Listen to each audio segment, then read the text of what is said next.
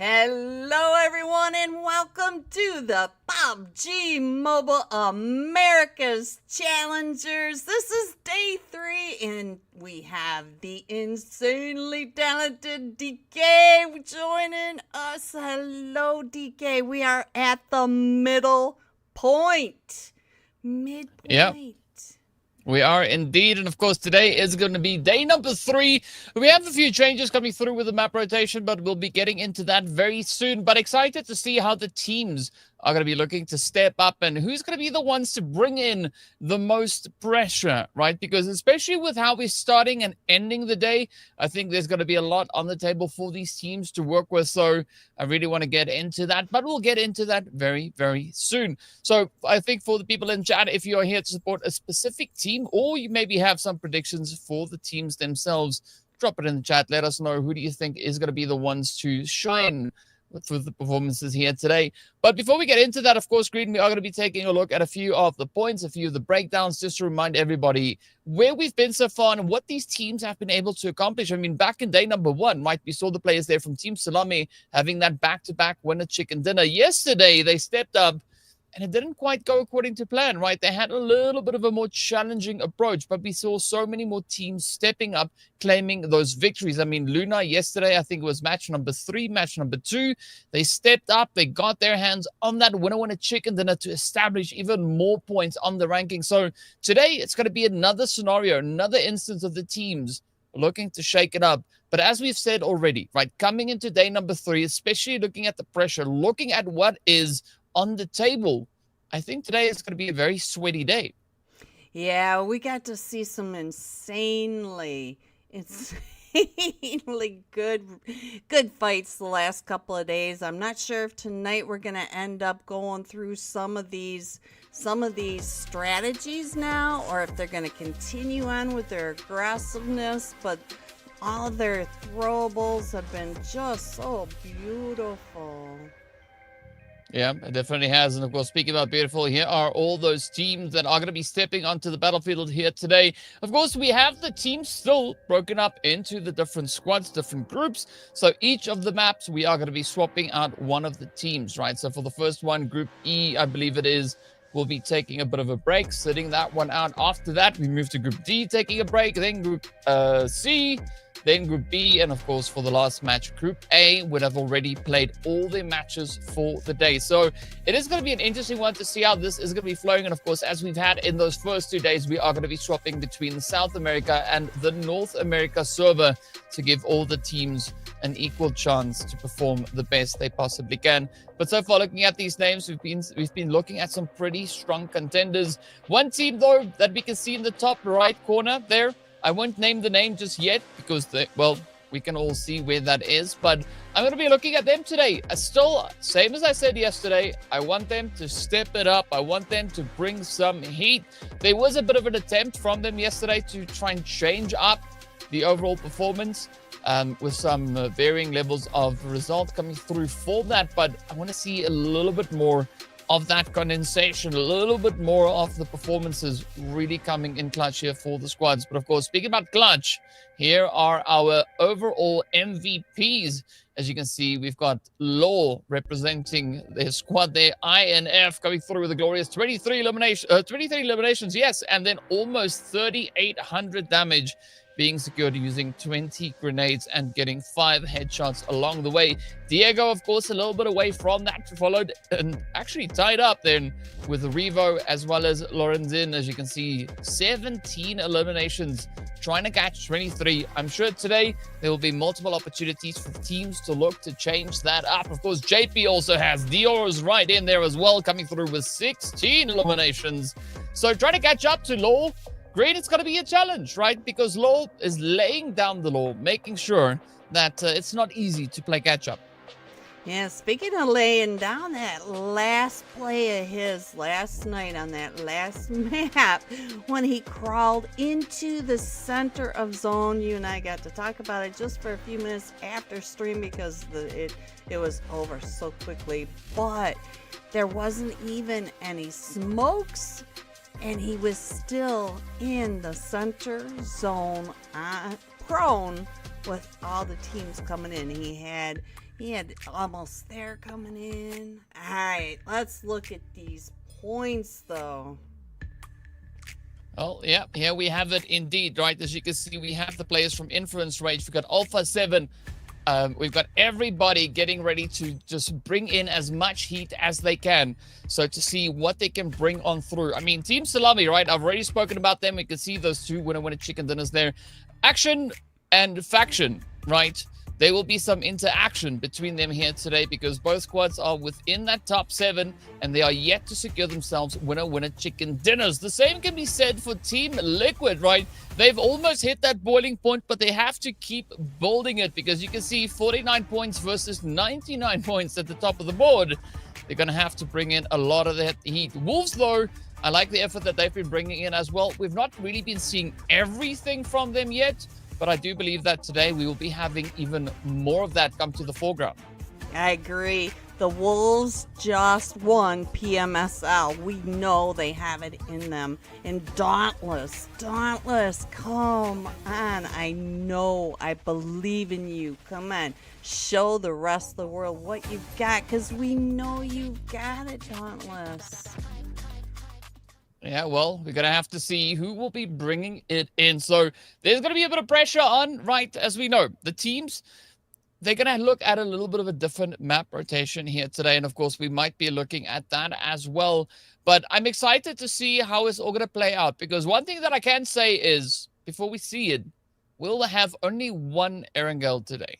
Only one, Green. So that means that a few things are going to be changing for the day. So we'll see exactly how that is going to pan out. But I think especially for a group like Group C, for instance, this is going to be a golden opportunity to try and establish even more points. And just to clear up who exactly is in Group C, that is 9Z GLOBANT, iNCO Gaming, Team Salame, as well as 6-9 Esports. So if they sit somewhere on the rankings today and they don't have enough eliminations or enough points, something's wrong. Right, because they'll be presented rather with a golden opportunity, almost a golden ticket to come flying up those rankings. And as we know, we are getting closer to seeing who's going to get relegated and who will have the opportunity to go play in the finals, because that's what it's all for, right? A share of that prize pool for the teams to show us exactly what they can bring. And as you've said before, right, we have some strong names in here. We have teams in this roster that we know can really perform exceptionally. So we want to see all of that. Yes, we do, DK. Yes, we do. And we do, as you mentioned, we have 2 randos today. And we know that the Rondo maps have a way of just shuffling this leaderboard, getting some of these teams that desperately need some points, get them up there. We've got new metas clashing because we've got NA, LATAM, and South America head-to-head action. So it's gonna be exciting, and I'm starting to see a little more of how they're all starting to work together. Well, not necessarily work together, but realize where each other are going to be and how they're going to play these Rondo maps. But having 2 today is really going to switch up the leaderboard by the end of match 5 tonight. And then we've only got the 1 day left for these teams to push up and get into those top slots. Yep, the pressure is going to be on, and of course, we'll be taking a look at everything before we get into those games.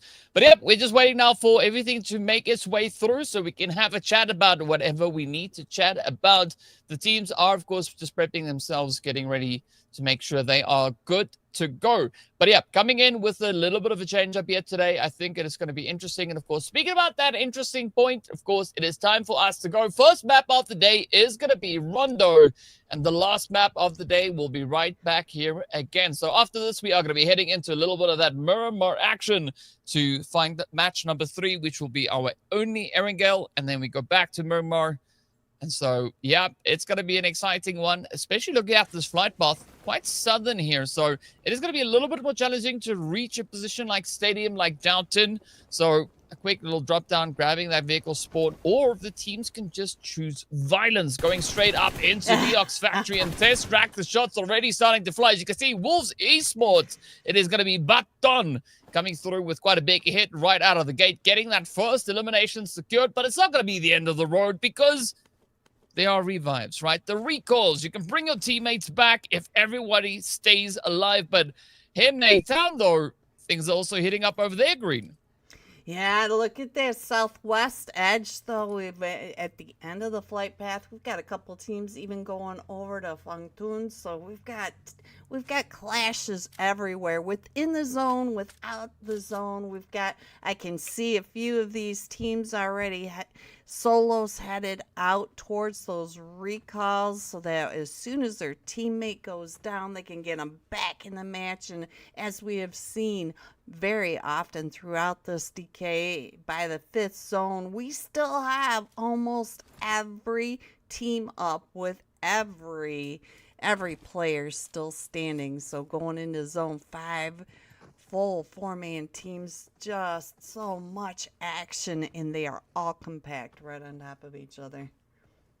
Yep, and that's what we want to see. We want to see hot, we want to see sweaty, we want to see uncomfortable. Why?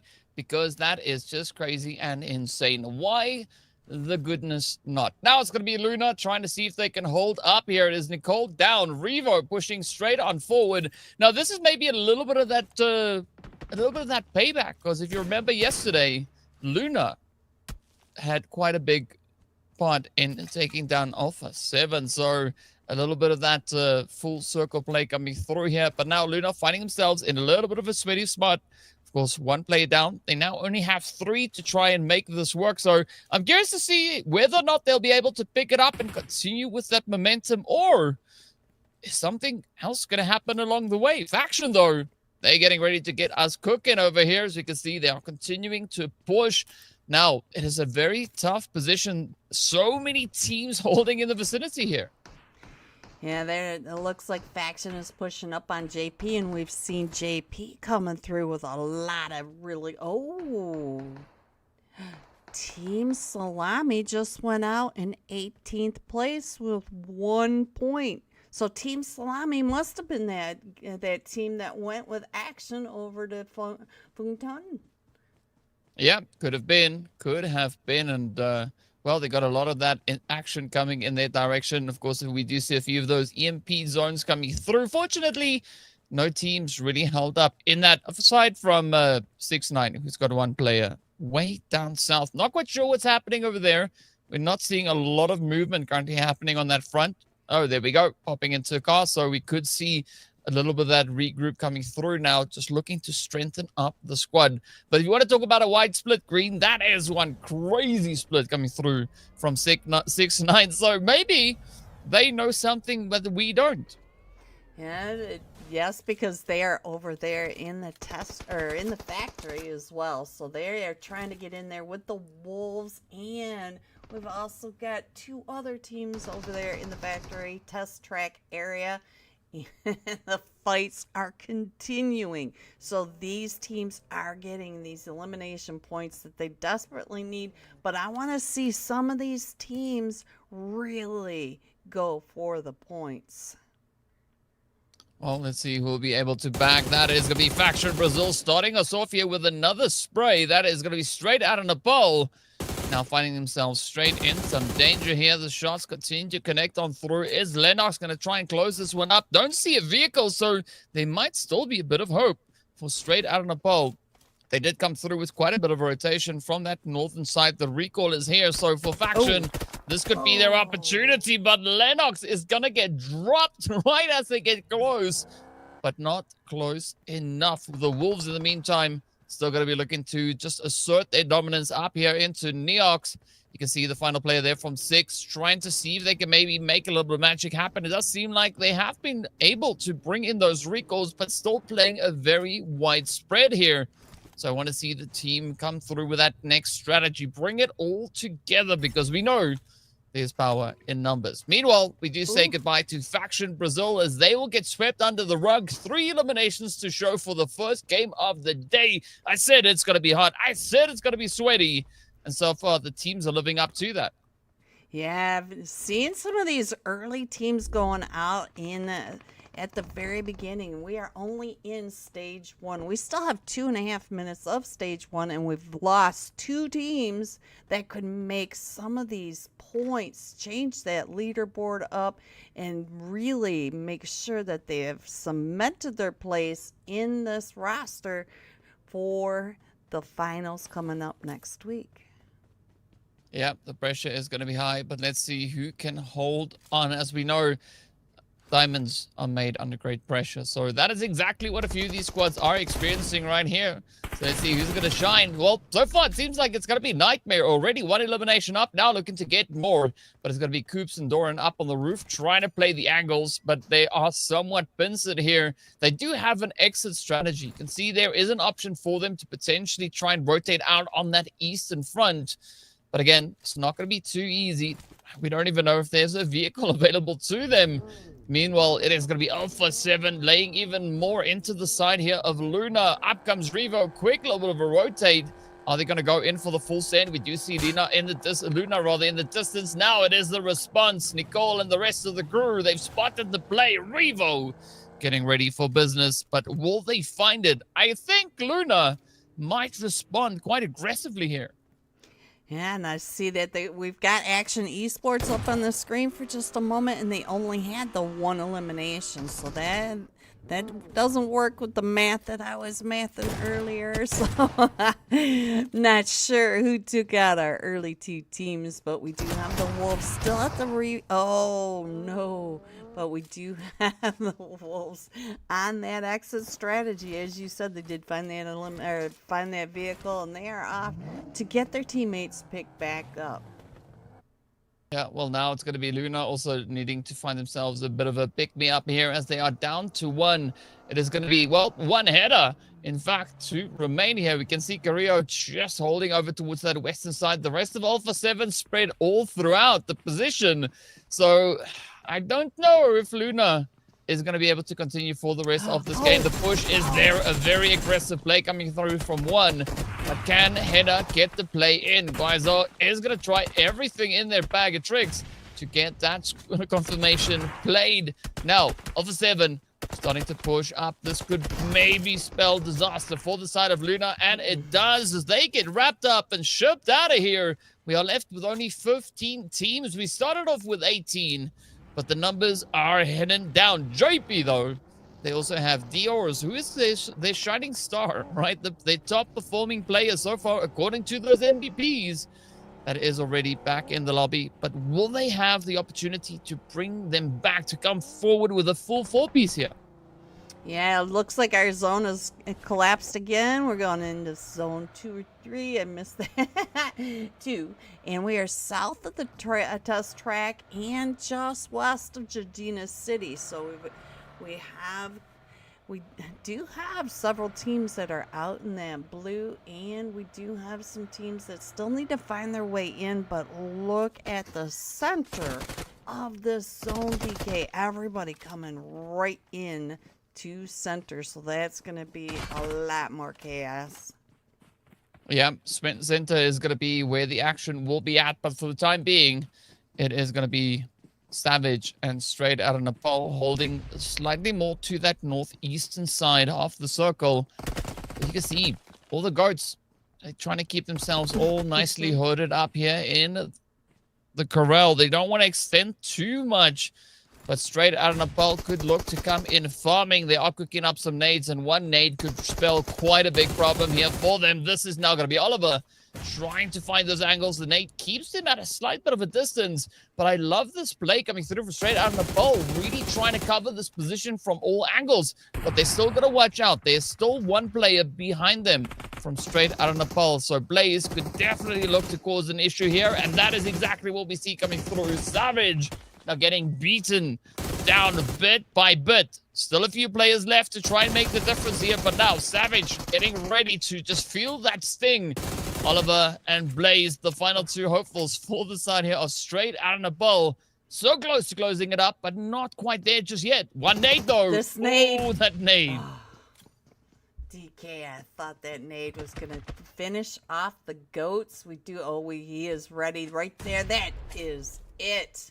So is that it for Savage? Yes, Savage going out with 2 eliminations on 2 Straight out of Nepal. So those nades, as we've been talking about this whole series, the throwables have just been intense and on point, perfectly cooked, placed. They are paying attention to where it needs to go. We've seen them banking off walls, down corridors. There it is, our zone. So we do have Alpha 7. Carleo is still way up near that recall, which is kind of surprising at this point in Zone 3. And then we have the Wolves coming down right behind Alpha 7. So we may have some chaos going on up in that northeast edge. I gotta say, I like the position though that we see coming through for Team Liquid, right? Mythic already starting to just slightly push up into the center zone coming through from the north. The rest of the team could maybe look to wrap in behind them. But for 9Z, this is an interesting rotation. I mean, taking the wide approach all the way around iNCO, right? They don't want to get caught up. They don't want to be the team that gets caught with their hands not on the trigger. Now, back in center zone, it is going to be game over. And JP keeping themselves nice and steady, trying to get the compounds under control, trying to lock it down. So far for JP, it is looking pretty decent, right? Game on, trying to apply themselves on that southern side. But now with iNCO and potentially even CP9 that could start to move in this direction, they're really going to have to keep their heads on a swivel because, I mean, there are so many angles now to watch. Yeah, and I also see that 6-9 and VRZ right down at the bottom southeast edge. We've also got TGAMES, CP9, VRZ, 6-9. They are all clustered up along that ridge as well. So we've got teams that still need to come in from the blue. We see 9Z GLOBANT getting ready to make a grand entrance, and they're gonna have to get into that zone because the zone does not play. You get caught out in the zone on a Rondo map and your health goes down significantly, and they are 9Z GLOBANT is getting gate capped. Yeah, too much of that blue juice, not too good for you. But now Action getting ready to kind of dip out of dodge here. Not too overly committed to getting themselves back into safety, so they are going to try to ride the ridge as long as they can. You see them, of course, keeping a bit of an eye on those health bars, but now they've made the call. It is going to be time to move. We, of course, saw the zone finish here, I believe, in day number 1, so it's interesting to see the team still having the opportunity to rotate through that.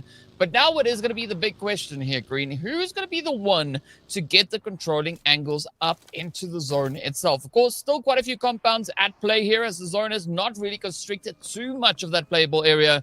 But for VRZ, things are looking pretty tough. TGAMES, they want those points. Well, if you remember, TGAMES had that center zone for so long yesterday. They had all the hard cover. They had the emergency covers, the Doritos from the sky. They had all of it, and they were able to make that all work yesterday. Will they do that again today? Will they be able to get the emergency covers down as they are in this massive fight over here?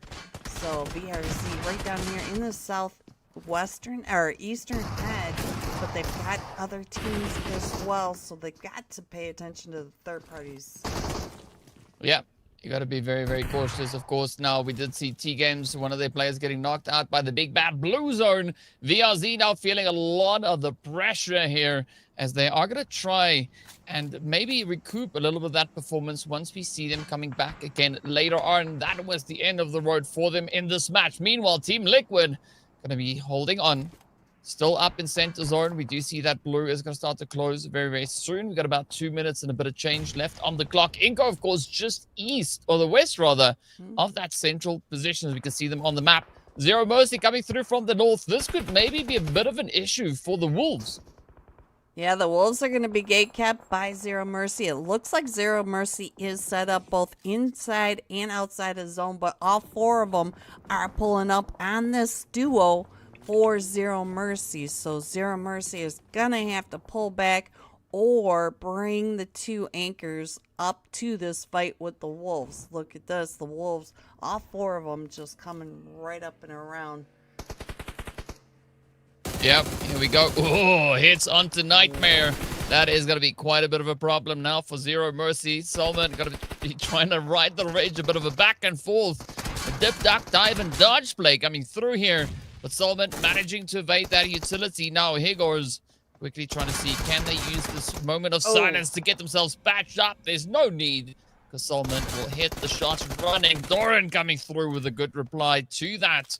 Zero Mercy trying to throw everything at it, but now it's going to be Alpha 7 looking to creep in. They want the share of the action, and up they come. It is going to be a full send. Guizor and already Carrillo coming up on the edge. Beautiful off-angle positioning, and now the Wolves realizing that it is not as safe as they would have hoped it to be. You can see the Wolves are getting stranded up on the hillside, and Alpha 7 are going to bring in no mercy whatsoever. Revo, though, getting traded off. Doran, not going to be one to be stepped on. So Carrillo needs to be very cautious. You might be a strong squad, but the Wolves, they are out for you.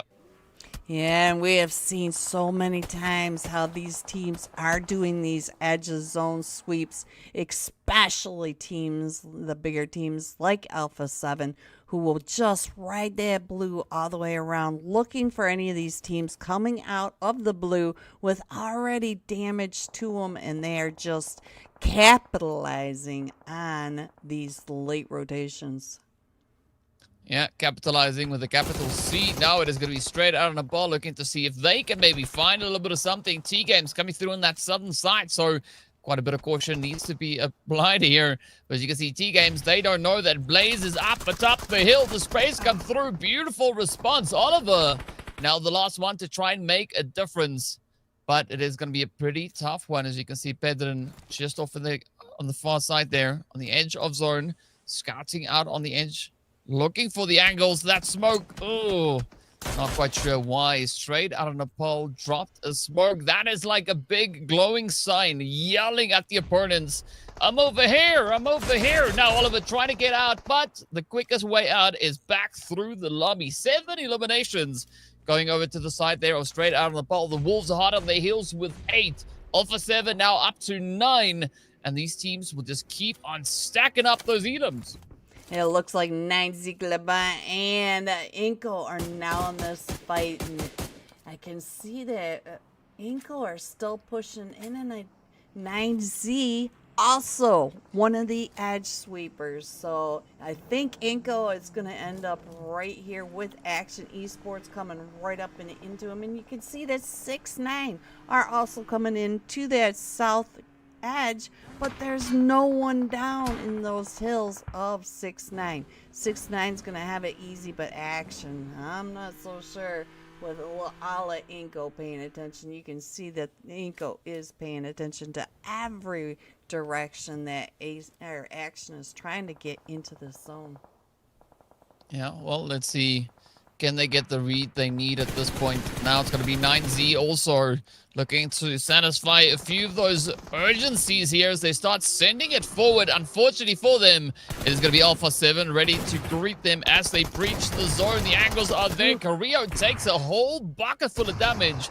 It's going to be Alpha 7 sitting comfortably now on 10 eliminations. 9Z sitting on 7, not too far away from them. But it seems like they do have a slight bit of an advantage, at least with regards to the numbers. Now it is going to be Cole and Remix trying everything, throwing out all the mollies they can find. But unfortunately for them, Alpha 7, they're not in the building. They're on the outside. Riva, though, has been spotted. So that is going to be TGAMES trying to apply even more pressure to the situation. Remix trying to pop in the window, looking to see if they can close it out. But Alpha 7 down to Revo. One single player remains. This could be the play now. Coming through from 9Z. Remix pushing up, fighting the angle, but gets dropped on down. Now it's going to be Cole King that has to step up and try and reclaim a little bit of this territory.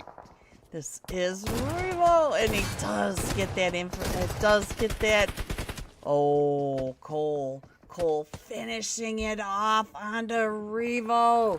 Alpha 7 going out with 10 eliminations in 10th place. So now we are going into placement points on top of these eliminations, and a lot of these teams, they need these elimination points. We're down to the top 18s with 27 players.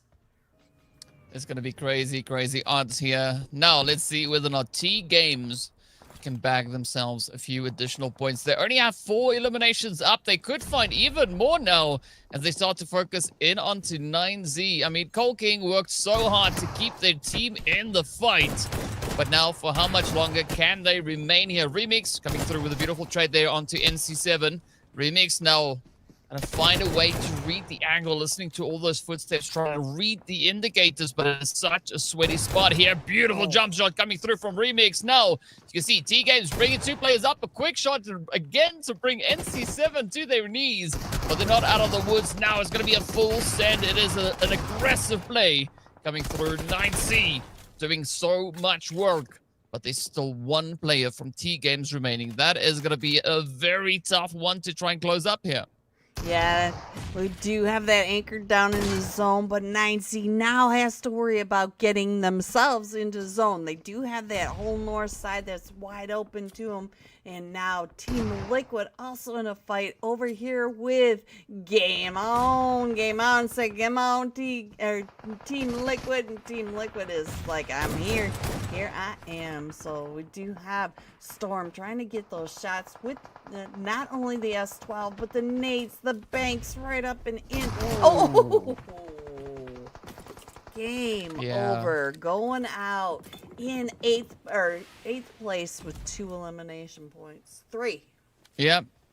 Game On getting converted to game over as they get swept away. Now it is going to be down to the final 7 squads looking to hold on. Who will be the one to close this game with that winner chicken dinner? 9Z though looking pretty strong here. 12 eliminations up. But we still have JP sitting on a full squad, as does the side of 6-9. CP9 also could look to bag on the opportunity here, but it's going to be 9Z trying to move up behind the Doritos, already utilizing a few of them, trying to advance the angles, but it's going to be a Remix.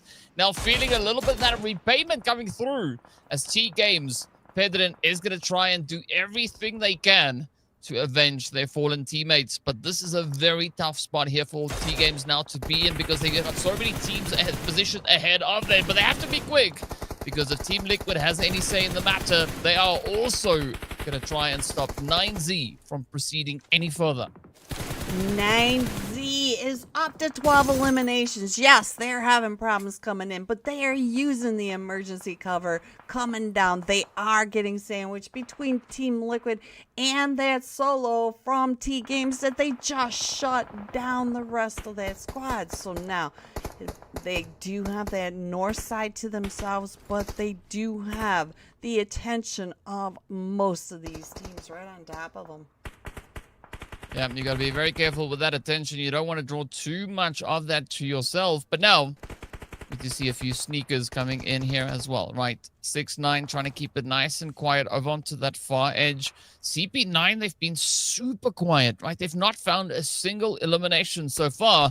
But maybe this all can change very soon for them, as 6-9 does open it up with a bit of a play, trying to just remind them that at some point you're going to have to start doubling down. The zone is, though, going to shift quite favorably up towards CP9. So for 6-9, things may just have become quite a bit more challenging, because how on earth are they going to get themselves in, right? They have to try and squeeze in between Team Liquid and CP9 to play for possession, but JP is there as well. Now you can see CP9 just trying to improve that position even more so, looking to get themselves fortified up into the compounds. But again, you got to keep the head on a swivel, because 6-9, they want to add even more. They already have 5 elims, and they are hungry for elims. I see Action Esports trying to come right up and in onto Team Liquid, and Team Liquid is gatekeeping them. It does look like JP9 has that solo from Team Games right on top of them. Everybody is getting crushed into this. This is a later stage. We are up to Zone 7.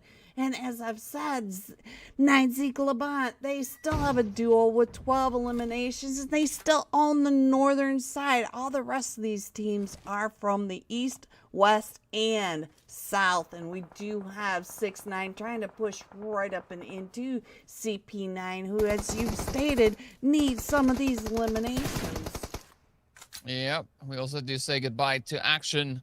Now it is down to the final 6 squads to show us what they've got. T-Games, though, still going to be holding on with that solo all the way up towards the north. So Pedrin is going to be doing quite a bit of work here, trying to play a serious game of survival. Now 6-9 looking to expand back into the zone, just trying to close it up as they move closer and closer.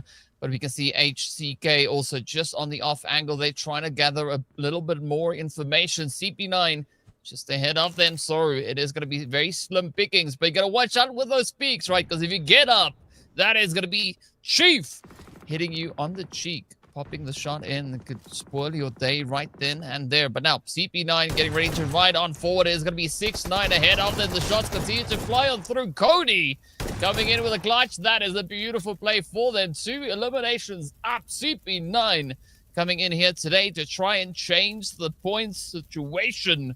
And it is looking pretty good. We still have 6 teams alive though, Green. We have dropped down to 14 players, but we still have 6 squads in.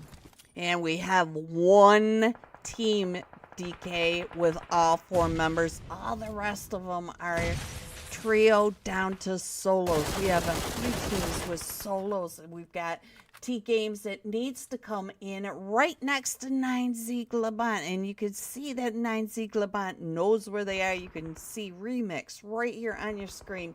Keeping an eye up onto that hilltop where TGAMES is calling that ridge line out of the play zone. So this blue zone, we've already talked about how damaging this blue zone hurts the health. Well, let's see how this one is going to go now. CP9 on the edge, trying everything, but the information not really working out too well for them just yet. They do have a 30% chance of maybe grabbing that winner chicken dinner. Team Liquid, though, 8 eliminations up. I mean, this is looking pretty great. They are now looking to just catch the edge of the play here. CP9 just trying to hug the living goodness out of that compound because they know the longer they can stay there, the better chance they might have moving into these next few phases. Meanwhile, as you can see, Pedrin is going to be on that far side, still in it, still creeping forward inch by inch. Now trying to inch their way straight into the side here of CP9, but instead is going to be terraforming the edge of zone, making more and more cover for the side of CP9 to utilize against them. So curious to see whether or not they are going to be able to pull this one out of the bag. As CP9 starts their approach now. Ooh, Team Liquid also getting hit. It is up to Chief, who's trying to clutch it out here. S12K gets the hit in. CP9 down to Trigger, but Trigger needs to be happy. Otherwise, it's not going to work out. You need to be on your A game. Otherwise, Chief is going to lock you down, and that is exactly what happens. Chief said, you want to come up over that ridge? Well, let me introduce you to my ass. 12K, here we go. Here's a sandwich delivered. And now we are down to the top 4. You can see that one team. Right to the face.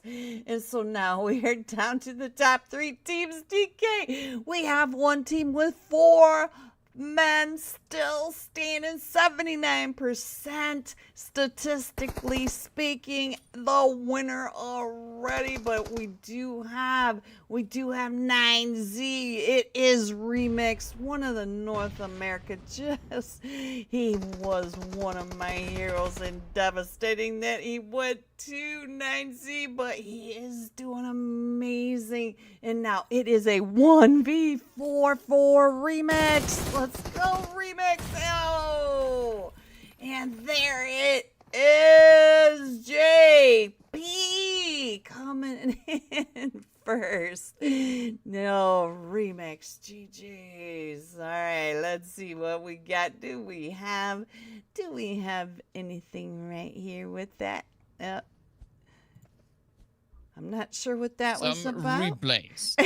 We got some replays. In case you missed it, here it is. What that was about. Before we get to the plays, it is going to be go time. As we can see, of course, the replays will be making their way through very, very soon. But now the big question is, of course, right, what is the play? How many points did who secure? That is the question we need to have answered here, because as we know, right, these teams, quite a few of them, were situated much further down those rankings, right, trying everything that they could muster in this first game of the day to step it up, to take it to that next level, to try and bag everything along the way. So quite a few teams actually performing exceptionally well here, but it's going to come down to how it all kind of pans out. It does seem like we are going through the replays in the background here as well, just reliving all the magic. So maybe we'll get into that play though. But Green, this is where I got to ask you, what was your standout performance in this thing? What part of this insane first game was the best play for you? Oh, DK, I just actually at this point, DK, I am just really loving seeing how these metas are all changing and seeing how the we've got the sweeps for the blue zone and how the pushes are coming in. I'm noticing some of these teams do not do the 1-2 or 1-3 or 2-2 splits to the recall. They go all four men right up and into those recall centers. Yep. I mean, that's a bit of a different approach to take, right? Because, yeah, it works with varying results here. But, of course, we had really good results coming through into this game. At the end of it was, of course, none other than JP. An interesting strategy from here. Taking a little bit more cautiously, right? Not necessarily getting involved in too much of those altercations. But JP, they've been close towards that zone positioning for quite some time, right? They've been right there on the edge of zone, kind of settling, creeping up, trying to get themselves as close as they can. And with that, they were able to secure themselves the winner chicken dinner. So an absolutely great showing coming through on their end. But now the big question is, right, have they done enough to maybe play for a bit of an upset, right? Because that's what we're looking at for today. JP started the day off with 34 points, having them all the way in 16th position. Now they get to add 18 additional points to that, so it could maybe be enough to see them sit quite comfortably over on that left side of the page. But speaking about the left side of the page, look at 9Z GLOBANT, 19 points. A little bit of a brag there for them as well, and a very well-deserved performance indeed. I mean, even though they might not have gotten that winner chicken dinner, they still walk away with the most points to show. You got to give it up to Team Liquid as well, reaching a pretty high point, 17 points on board. So, yeah, I got to say, first match of the day was hot, was sweaty, and absolutely action-packed. Oh, it was actually absolutely action-packed, but I did notice that JP didn't quite use the utilities that we're used to seeing. We're used to seeing double digits, near double digits, and we had one or two of those players that only had 0 or 1 grenade usage. So some of these teams are spot on with the throwables. Some of these teams have different tactics, and I believe JP is going into that strategic mode of coming in late, getting their compounds. But DK, do you want to see what happens next right after this break?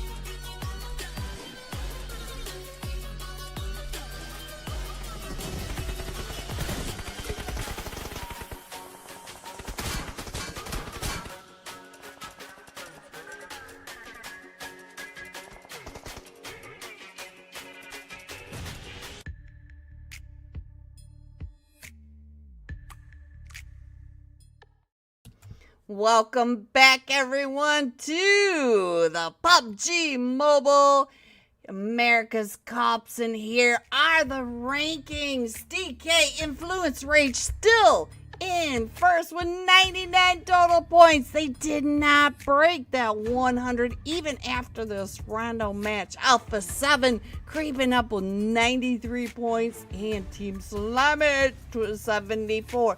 But I do notice that we have less yellow lines on the right bottom corner and the upper left corner. This is an interesting one, right? Team SALAME adding only 1 point to their overall tally. That's that's good. iNCO also adding 1 point. They went from 69 to 70. So interesting shifts coming through with regards to those points.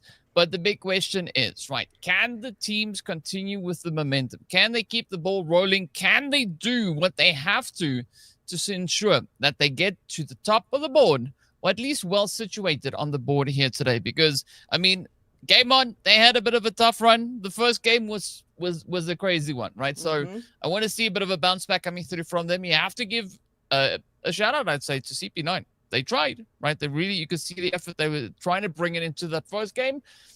They're going to have to keep at it because we still have a few more matches to go. And of course, as we go into game number 2, that means that Group E are going to be joining us on the battlefield. Group D are going to be taking a bit of a break. So with the addition of a few other squads now stepping onto the battlefield, that is going to continue to make everything just that extra little bit more challenging. But of course, we want to see challenges, right? We want to see these teams really working and grinding as best they can. But of course, looking at Group E, that is going to be Influence, Rage, Dauntless, Resilience, as well as Almost There. So speaking about Almost There, we're almost there. We're almost jumping into game number 2, and we are heading straight in towards Miramar. So what are your expectations coming into the second match of the day, of right here on the third day, almost the last day in the league stage? I feel like we might see some more of these teams playing very strategic today, but I'm not so sure about missing out on those hot drops because we do have another Rondo. So I'm really interested to see what these teams are going to try as far as their strategies. Some of these teams desperately need points. Some of these teams, they are sitting very comfortably. And will the comfortable teams take the hot drops? Will the teams that desperately need the points, will they play strategically towards the end to not only get the eliminations but also some placement points? Because some of these teams near the bottom need both. So I'm really curious to figure out what we're gonna see. Yeah, I think Miramar is going to be quite a bit of a revealing map. So I'm curious as to what the response is going to be coming through from the squads, as we've already mentioned, right? The ones that are going to be trying to capitalize on even more so. But I like the fact that the board is getting closer and closer. Yes, Alpha 7 and Influence Rage have been able to establish quite a bit of a gap between them and the teams coming through from third place moving further down. So I want to see maybe teams like iNCO, Liquid, or even Team SALAME try and bring in a little bit more to try and play that catch-up game. But it's not going to be too important for them here in day number 3. Of course, it is still the opportunity for the teams sitting a little bit further down those rankings to try and get back up. Because as we know, relegation is coming. Only a few teams will make it through into that next stage, right? So we are going to be saying goodbye to 4 teams. Which 4 teams? I don't know. Teams from where? We don't know. All we know is that 4 teams are not going to be making it into the finals, right? So you got to do everything you can to ensure that you have that ticket, that you have that seat at the table so you can step up and continue to keep going. So it is going to require a little bit more of a push here, but, you know, these teams are up for it. We've already seen coming through the qualifiers itself, these teams have brought a lot to the table. But the table is big, Green. This is a big table. They have to continue to just keep stacking it all up. Yes, but this is another big table in another way, DK, because this is Miramar. So these teams that want to play strategically, they have the space to do it. And it looks like maybe they've started without us. So let's get into this, DK. Let's figure out what is happening. We've got iNCO. If you remember the first day, first map, we saw the sawed-off in action. And again, we are here with iNCO and JP. These two teams do not want to give up their drop spot. They definitely don't. I mean, I would also not give up my drop spot, right? I'm a little bit OCD in that way, so I can understand. That's what happens when you try to say understand and see in one word, right? You can undersee exactly what's happening. Sounded like, yeah, it sounds like I was down, down where it's wetter, down where it's better, for you and me, right? Don't ask how I know the lyrics, but we'll just go with it. Here's our zone. Here's our zone, DK. Our first zone is up in that upper west or northwest side of La Cabarilla, all the way down to Chumacero, from Bigado over to that western wasteland wall. And we do have a lot of teams already set up in zone, but we have several that need to push in. And where I see these teams that need to push in, like the El Azahar, the La Batita area, they're going to be pushing eastward into the likes of Dauntless. Dauntless is right over there at the Hacienda del Patron farm area. So some of these teams coming in from that south also are going to be pushing into 9Z GLOBANT. And we saw that 9Z GLOBANT already had 12 eliminations for that first match. So they are pretty happy. So they are warmed up and ready. We already know they have the skills. Well, let's see. Will they be able to continue and bag even more of it now? In the meantime, Influence, they're starting to just go for an interesting spread here. I mean, they've got Diego all the way up in truck stop. So I don't know where they're looking to go or how they're going to look to play through this, but they've taken a very wide spread. I mean, all the way from El Azhar down to that truck stop. So interesting start, but they are going to look to get some loot going. Not quite sure what Diego's doing. We don't have anybody nearby. He's maybe just like warming up, right? Making sure he's all nimble and ready to go, flexing the legs.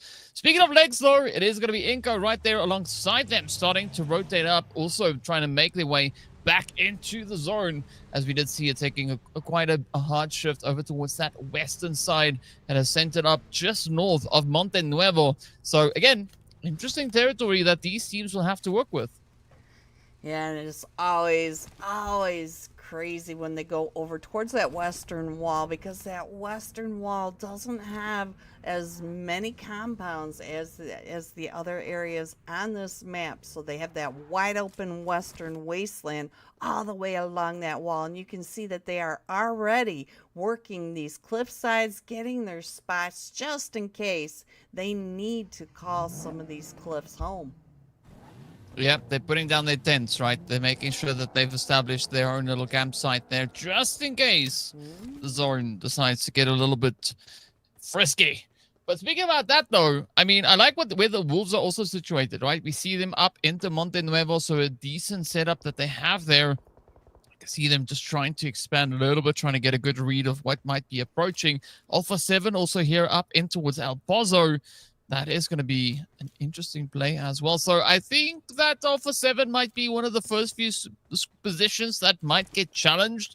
Also, then looking at Resilience, I mean, they're just on the opposite side of the field, right? Again, teams like to frequent all these interesting positions, right? Trying to see, can they leverage it to their advantage? And sometimes it's yes, but other times, not so much. Yeah, I see Alpha 7 all the way up on top of the mountain, and you know that that area has all sorts of sight lines. They can go all the way around, so that's a great place to set up to catch some of these teams coming on in. But I feel like a lot of these teams are pushing over towards that western wall, getting ready just in case we do the western wall shift. Well, is that wall shift going to happen? We'll find out soon enough. Phase 1 about to come to an end. Now it's going to be action. Starting to expand here, heading further north in towards Ladriera. They started all the way down in Via del Mar, so they've had some smooth sailing to get themselves much closer to that center zone positioning. But the zone, of course, moments away from popping. Curious to see where it is going to be taking us, but I want to see where the rest of the teams are going to be looking to go, because we had CP9 on that far southern side. We had the players from straight out of the pole held up in Los Leones, and then, of course, INF all the way over towards Al Azhar and Truck Stop. So I'm curious as to where these teams are going to choose to rotate into coming into the zone. Speaking of which, though, it is going to be Team Salame and Al Ritmo finding themselves in a bit of a situation all the way up in Power Grid. I see. And now we also have that shift coming up, DK. It looks like Team Salame is headed up towards that northern side, so I'm not sure if our zone is pulled up or if... Oh, there it goes. We're going from Monte Nuevo. We've got El Pozo, Power Grid. So we're centering around this area where Resilience Brazil has already called themselves home. Yeah, they definitely have. Alpha is also moved out. You can see TGAMES coming in right behind them there. So several teams now trying to cram in. I like this for Faction, though. They didn't have to move all too much to get themselves situated, right? They were already relatively close to the zone from the beginning. So that is a good position to try and build off of. But now it's going to be straight out on a ball, looking the opponents in the eyes as they throw the utilities right over to them. CP9, very bold decision here, but it's going to be the rest, rather, of straight out on a pole. Getting ready to close it up. It is going to be Trigger and Cody that needs to try and defend. Good play coming through from Trigger. One down, quite a few more to go. But look at the Wolves green. They are trying to capitalize on the third-party angles here, trying to hit all the way from up on the hill. Straight out on the pole, and... I just lost my train of thought. We do have Action Esports coming right up in under this fight with CP9. You can see here comes Action right up and in. CP9 just going out straight out on the paw. Has not had a chance to get healed up, even get their feet, get their players back on their feet. Blaze right there. Oh! Through the window. There it goes. DK. Oh, yep. Straight out through the windows to the wall. Now let's see who's going to be hitting what. It, of course, now is up to Hunter to see can they survive. But Action going to look to double down with the heat here, trying to get those reses in. But, of course, the third-party sprays from the Wolves, making it very difficult for straight out on a ball to do anything. But that nade is beautiful right onto Hyde. And now that is exactly what Hunter needs to do. Hunter needs to hide because they are going to come in with full aggression, looking to avenge that play. And that is exactly what Gigante does, closing it up. But now Philippe is going to try and maybe come through with a bit of a response. You can see those health bars really, really low because the Wolves are absolutely relentless. In the meantime, 9Z, they're going to be pushing through from that far southern side. We did see them rotating up from out of the blue, just sneaking right through La Triera. Now pushing up into Monte Nuevo. Up comes the Wolves. It is going to be Coops greeting them as they just push up into the building. Coops quickly hopping in the car, trying to get the heck out of Dodge. But now we'll find out whether or not Coops will have been able to make it out in one piece. Yes, but I noticed also that 9Z GLOBANT went right past almost there. Almost there was right down in those oil tankers of Monte Nuevo. I'm not sure if they got any damage over onto 9Z GLOBANT. But look at the Wolves on the split, DK. We've got a huge split, a 2-2 split. A duo from the Wolves over with Team Salame and a duo from the Wolves over on the Action. Oh, ooh, resilience. Yeah, there they go out to TGAMES, and we still have Alpha 7 up on these hilltops. Yeah, it's a pretty sweaty angle here. Now let's see if Alpha 7 can lock it down. We did see a slow push here from Alpha 7. Starting up in El Pozo, slowly venturing forward, still going to be trying to play these hills. But Dauntless, though, you got to commend it. Dauntless with 4 eliminations up. They are bringing in the heat. Where has this Dauntless team been this whole time? We want to see more. But our TGAMES They have to be careful, right? They can't overextend their position here. If they get caught out, that is going to be even more eliminations now on the table for Alpha 7. But Dauntless, Juancho out in the open, trying to see, can they get an angle to rotate forward, trying to position themselves up into the fields here. But again, with all the Overwatch positions that we can see so many other teams occupying, I'm not quite sure if Dauntless are going to be able to get a good angle to call home. Now, iNCO, Alpha 7, getting ready for a bit of a showdown here. It's McGrellan and the rest of the crew trying to back it all in. Revo, seemingly the only one here. And this is going to spell disaster. Maybe Revo can clutch it out. Oh, he does. It is Revo. iNCO getting caught out. Down they go. 2 players getting traded off. And Revo just absolutely rocking it. But gets rocked themselves. Down they go. Now, Alpha 7 coming in a bit late with those reinforcements.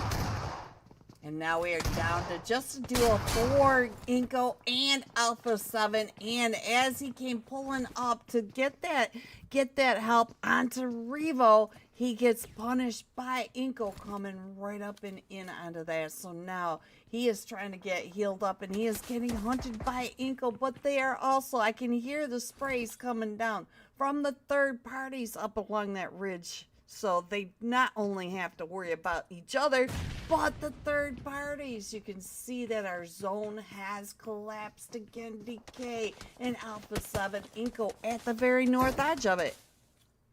Yep, now the pressure is going to be on. Guaizo going to try and pull it out of the bag here. Again, you got to give it up. iNCO, they almost fell, right? They was just barely able to survive that play coming through from Revo, but I like what Obscure is doing here, trying to play the reach. As soon as that zone closes in, though, it is going to be a little bit more of a complicated angle for Obscure to get out of. But for the time being, they're going to try and do the most with what they have. In the meantime, it is going to be Dauntless now getting absolutely battered and bruised as the utilities connect on through, taking out 2 of their players, Juancho and Klaus now. The hopeful 2 here left to try and keep the torches alight, but it is going to be the Wolves on the front line defensive, trying to gatekeep them, looking to deny all entry that they can. JP, in the meanwhile, also going to be feeling a little bit of that sting as we can see the feet lighting up. Their last player super low in the health, trying to heal out in the blue, but Prime, might be running out of time anytime now. And there we have it. JP down with nothing but bubbles, and it is going to be an exciting play now with 12 teams remaining. Quite a stacked zone that we have here in Miramar. Yes, we got Dauntless right on top of the Wolves, and you can see that we also have Team Salami right on top of this compound as well. So we've got several teams right here on top of each other. And as you already said, Dauntless is down to just a duo. So no matter which way they go, they're going to really have to pay attention to the third parties or the push by the Wolves if the Wolves figure out it is just a duo. Zero Mercy, also a duo right over here with almost there in this huge split, not in zone. Well, let's see what's going to happen here. It's going to be Zero Mercy and almost there. Also finding themselves in a bit of a contentious position here. Now the nade's starting to fly on up. Alpha 7 making sure that the smoke is not going to fight back. You always got to be careful with the smoke, right? Because the smoke sometimes bite, but so does the shotties. As Obscure now experiences that first hand, is going to be Guizor trying to close it out, but instead gets the door slammed in their face. Out goes Alpha 7, 5 eliminations up. Now we jump back to the southern side with almost there, patiently waiting for an angle to line up. But you got to, instead of focusing on action, you got to try and get the plays up to Potato. Potato on the edge. Solomon could also maybe still play a bit of an upset here, but the zone is just barren. There's almost no teams up in center.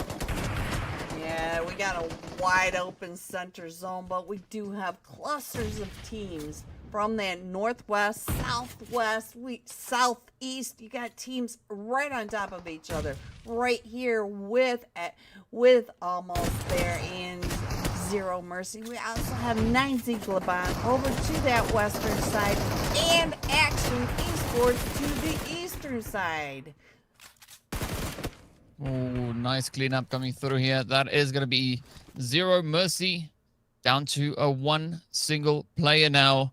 Pretty tough angles to try and work with here. Up comes Influence Rage, also just trying to clean up compounds, but instead it is Law that will be found. Diego, very low on health, but is going to try and maybe secure a few angles. Meanwhile, Team Salame also still having to secure their own position. They do have 4 players up though, so they have some pretty decent odds helping them out.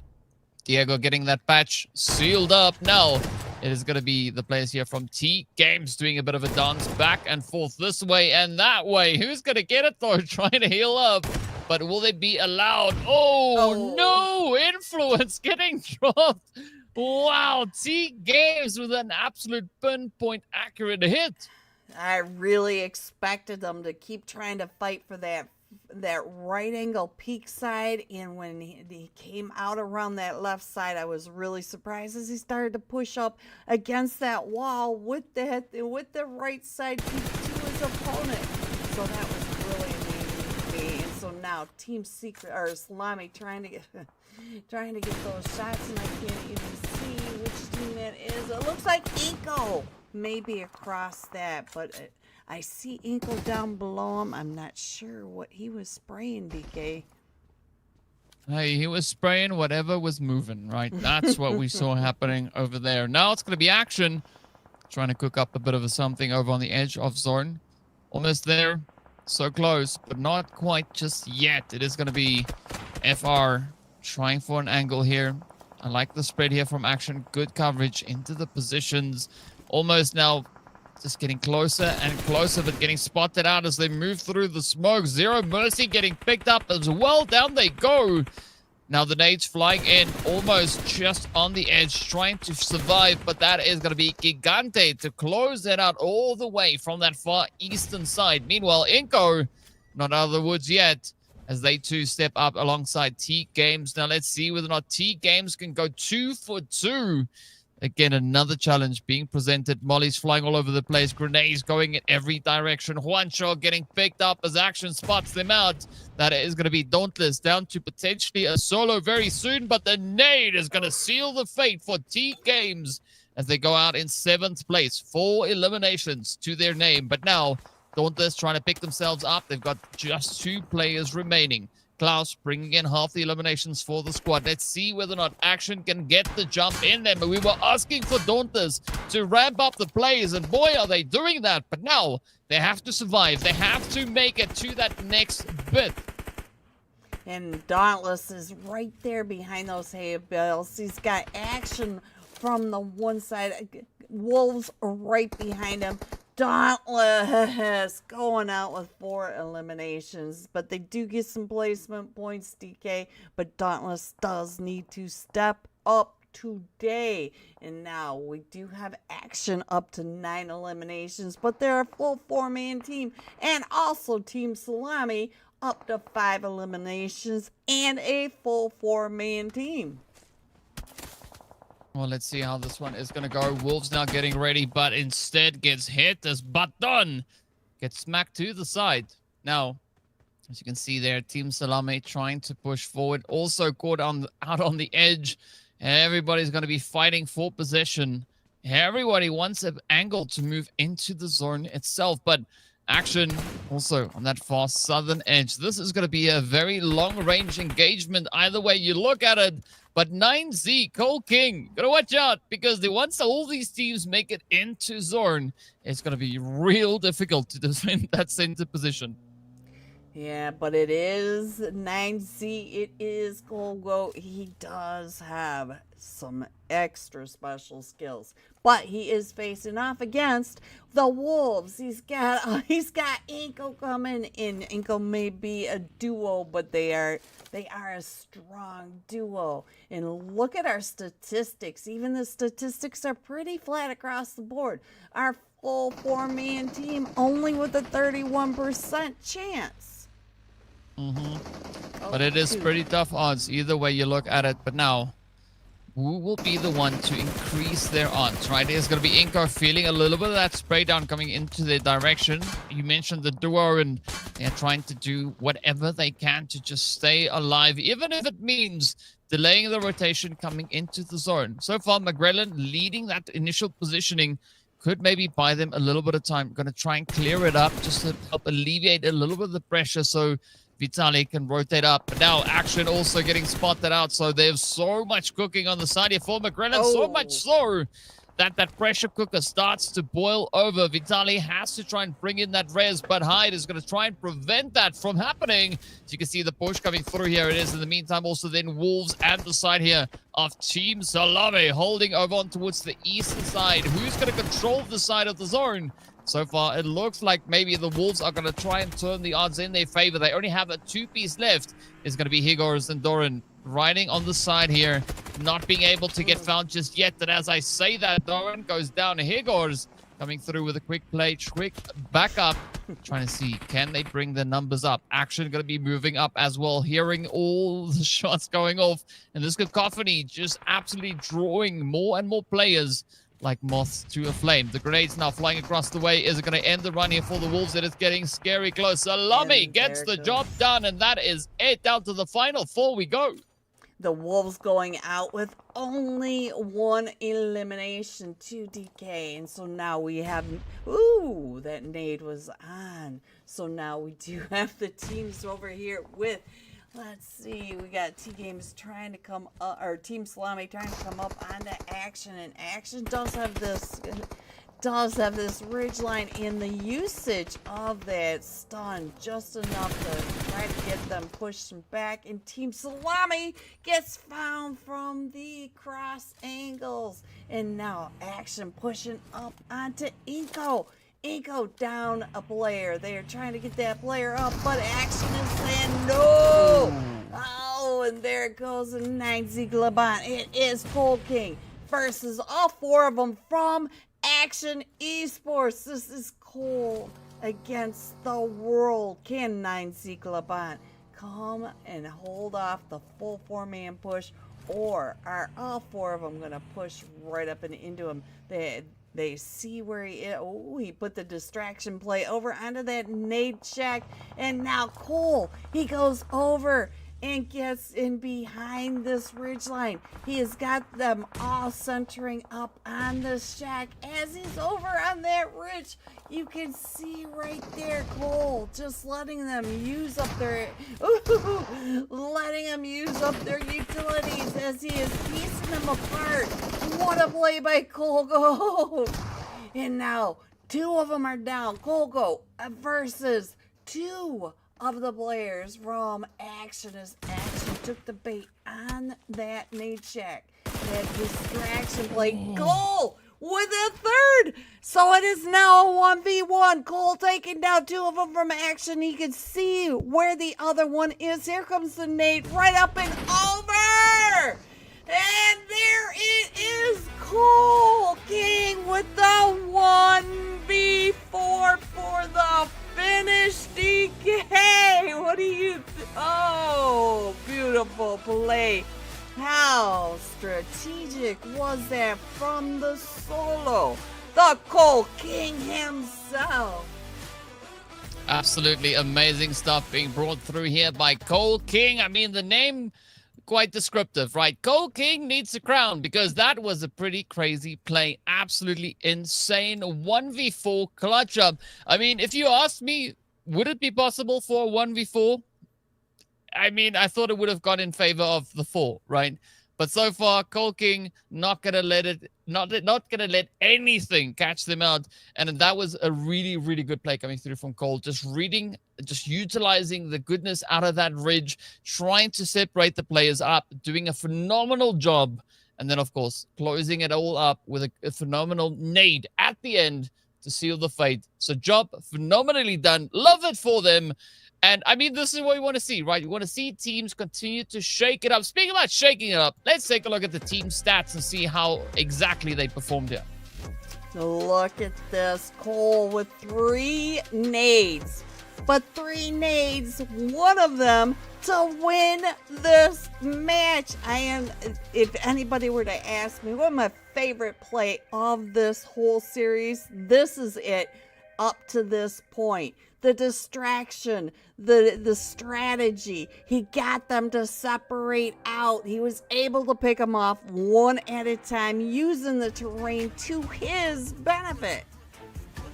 Yeah, and what a benefit that was indeed. That is 9Z sitting with a comfortable 16 points in total for this match. It's going to be Action Esports, though, walking away with 19 points, even though they finished in second place. So still a very good play indeed from either side. iNCO also finishing strong with 12 points alongside Team SALAME.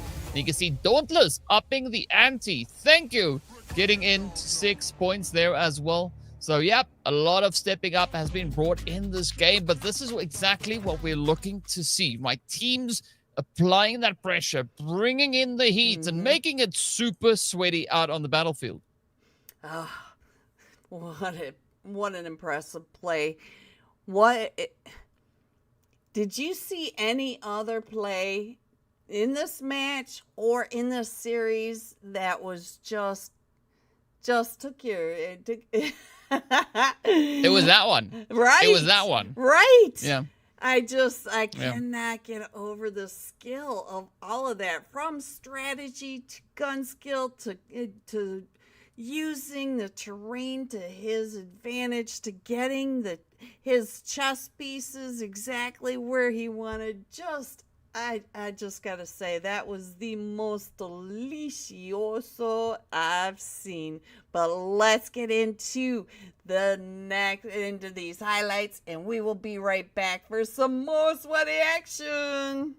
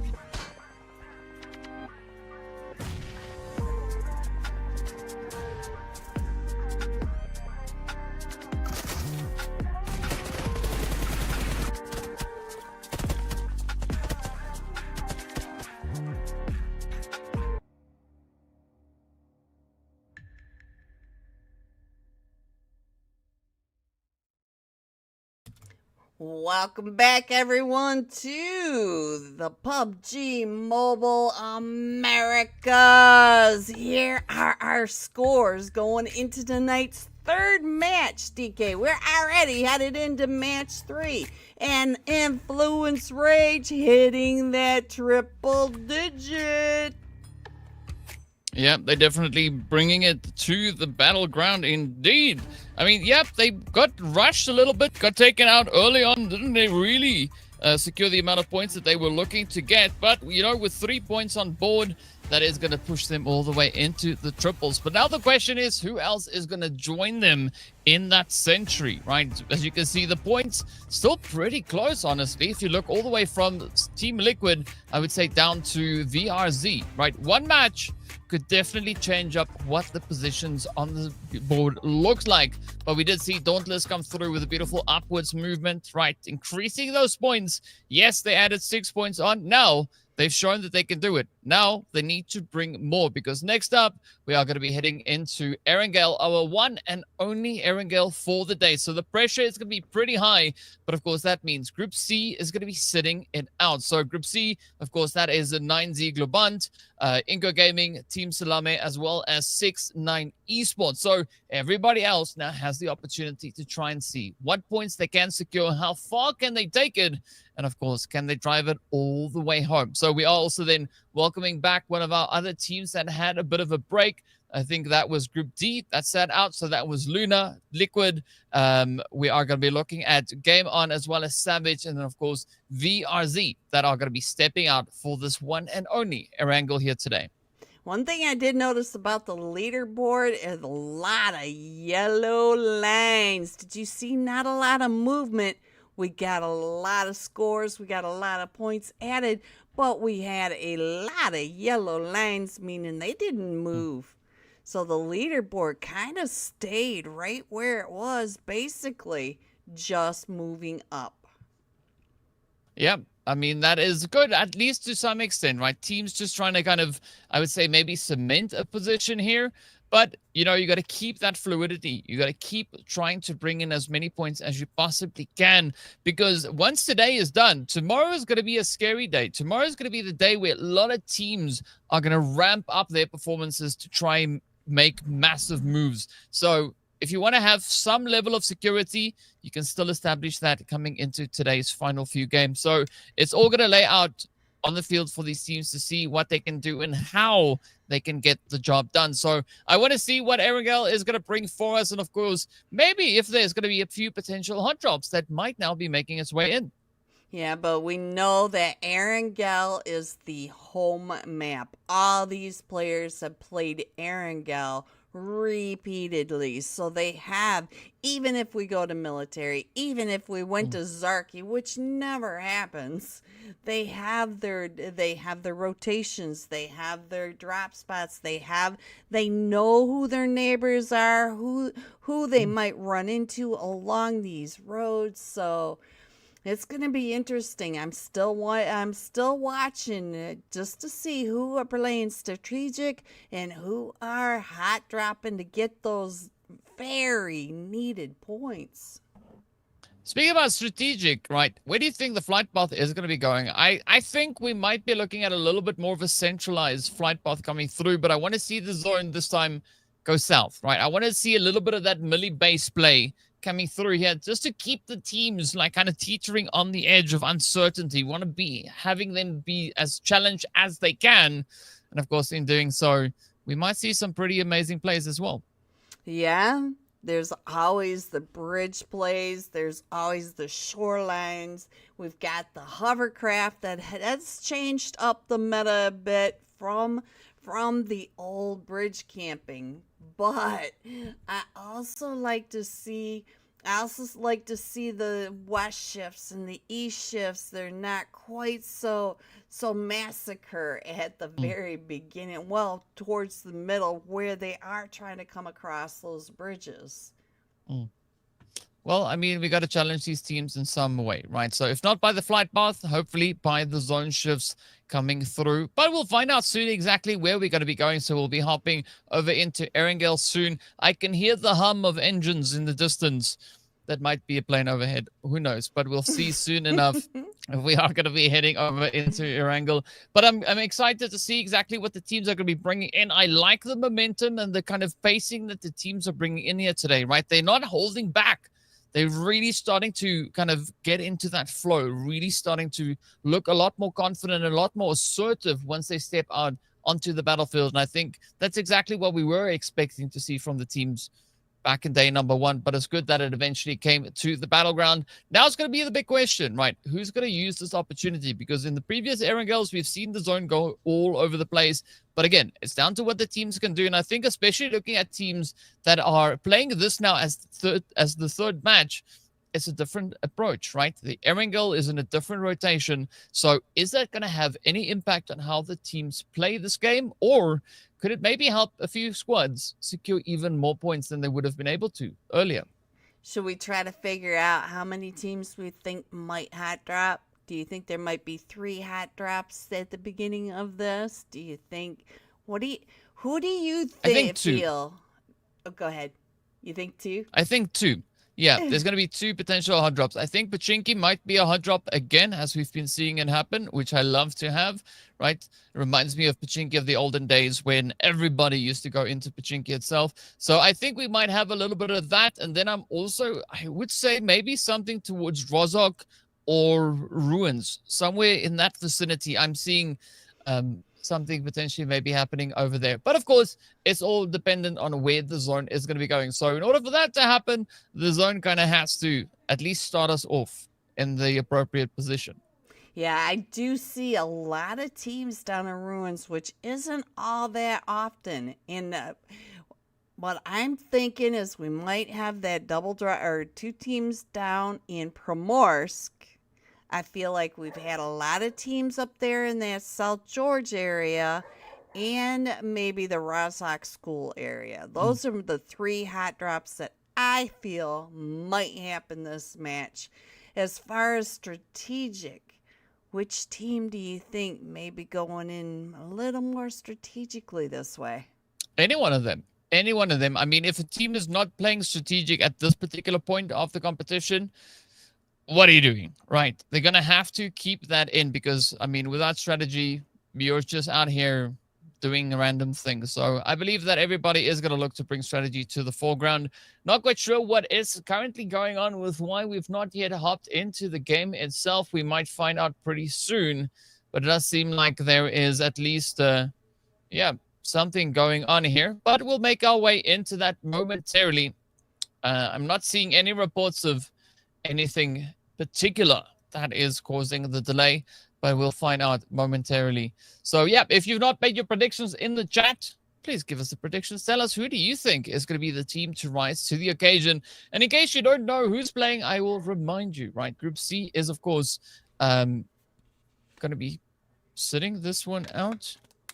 Ooh, I don't know. We'll find out. But either which way, let's take a look at it. So for game number 3, which is the one that we're heading into, we'll have A, B, D, and E. So that is Wolves, JB, CP9, Faction, Alpha 7, Straight Out of Nepal, Action, Zero Mercy, TGAMES, Luna, Liquid, Game On, Savage, VRZ, Influence Rage, Dauntless, Resilience, and almost there. I was trying to think what would be going on as far as maybe a 4th hot drop. We have been seeing a lot of teams that do like that farm area over towards that Milta area. And if we do have a military base, then I feel like that area could even be crazier today, because a lot of these teams like that, even that northern side compound just north of the gas station on that east bridge. I've seen some teams drop in there through this as well. So farm, the north gas station bridge, in over in Milta. So we have 3 teams that are very close over in that direction as well. Yeah, so I think there's going to be a few interesting plays definitely at hand. And I think especially with the fact that Group C is not playing this match, and of course we have the players from Group D that are going to be playing this game, it will be an interesting dynamic to see how the teams are going to look to take up the different locations that might potentially now be available, seeing that, you know, we've swapped out a few of the groups here as well. But speaking of which, though, it is going to be go time, as we're apparently already at phase number 1's closure, right? So we are 7 minutes into the game. A lot maybe has happened. We don't quite know. But hopefully we can see exactly what is cooking over here. Wolves so far already getting a knock sent in their direction, caught out in the open fields. But will they be able to bounce back and maybe get that res coming over onto the side of Coops? Because, well, yeah, we want to see everybody in the fight. Nope, that is going to be Coops out of here. Down they go. Ooh, it is going to be, of course, the players there from TGAMES on the edges, trying to come through with a few sprays, locking it down. Now it's going to be a send here as the Wolves try to find the next position to rotate into, but they're hitting the hay bales on the way out. What a crazy play here. But now we've also got the place down in Milta. We've got this north farm area of the West Bridge as well. So we do have TGAMES and Wolves right here in this farm. TGAMES down to just a duo, and the Wolves coming out and around. We got Baton trying to throw those nades right up and in. He knows where TGAMES is, but he's keeping an eye on the other teams rotating up and around them. Let's see who's going to be able to lock it in. Again, rotations, right? It's going to be a big thing here. Unfortunately, Dauntless now, well, having to get over quite a bit of a hurdle. A few players getting dropped down. Banger off in the distance. It is pretty tough so far. As you can see, CP9, they are choosing violence already. 3 eliminations up. They could look to find the 4th here, as Dauntless is maybe about to get sent away. The send is up. Ooh, the utilities, defensive nades coming through here. Dauntless again trying to hold on as long as they possibly can. But up they come. CP9 spots the angle, and that is it. Down goes Dauntless. Down for the count. Team Liquid also getting wrapped up. Team Liquid going out in 16th right before Dauntless. So we don't even... Ooh, we got some action going on. So that might have been 2 of the hot drops that we were thinking might have been taking place. Let's see who's going to be able to get into more of that now as we jump over onto the side here of Savage and Zero Mercy. All just casually waiting to see what is going to be happening. I mean, they are outside of the zone. The blue is going to start to move in, but neither of these squads want to be the first one to make the move. Savage needs to get something done here. We can see just 2 of the guards up on the edge here.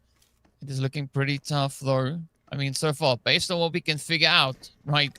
Zero Mercy are going to be looking to maybe aggress on the angle here. Do that final cleanup and get the 2 additional eliminations secured as well. But the blue might maybe have a bit of a thing to say here, whether or not Zero Mercy can actually securely make that play, or instead we'll have to get that zone now to get rotated into.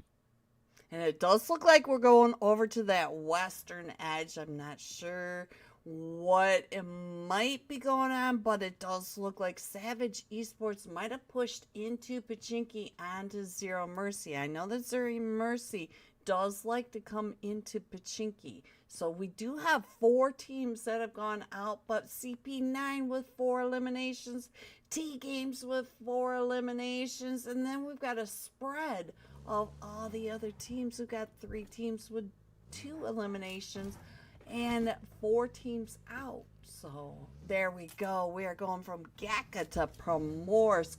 Quarry with 3 teams right up in it. We've got Resilience with Wolves right on top of them. And look at all the teams coming over from the eastern edge. We have Luna with JP right behind them. We've got TGAMES with Faction Brazil right there.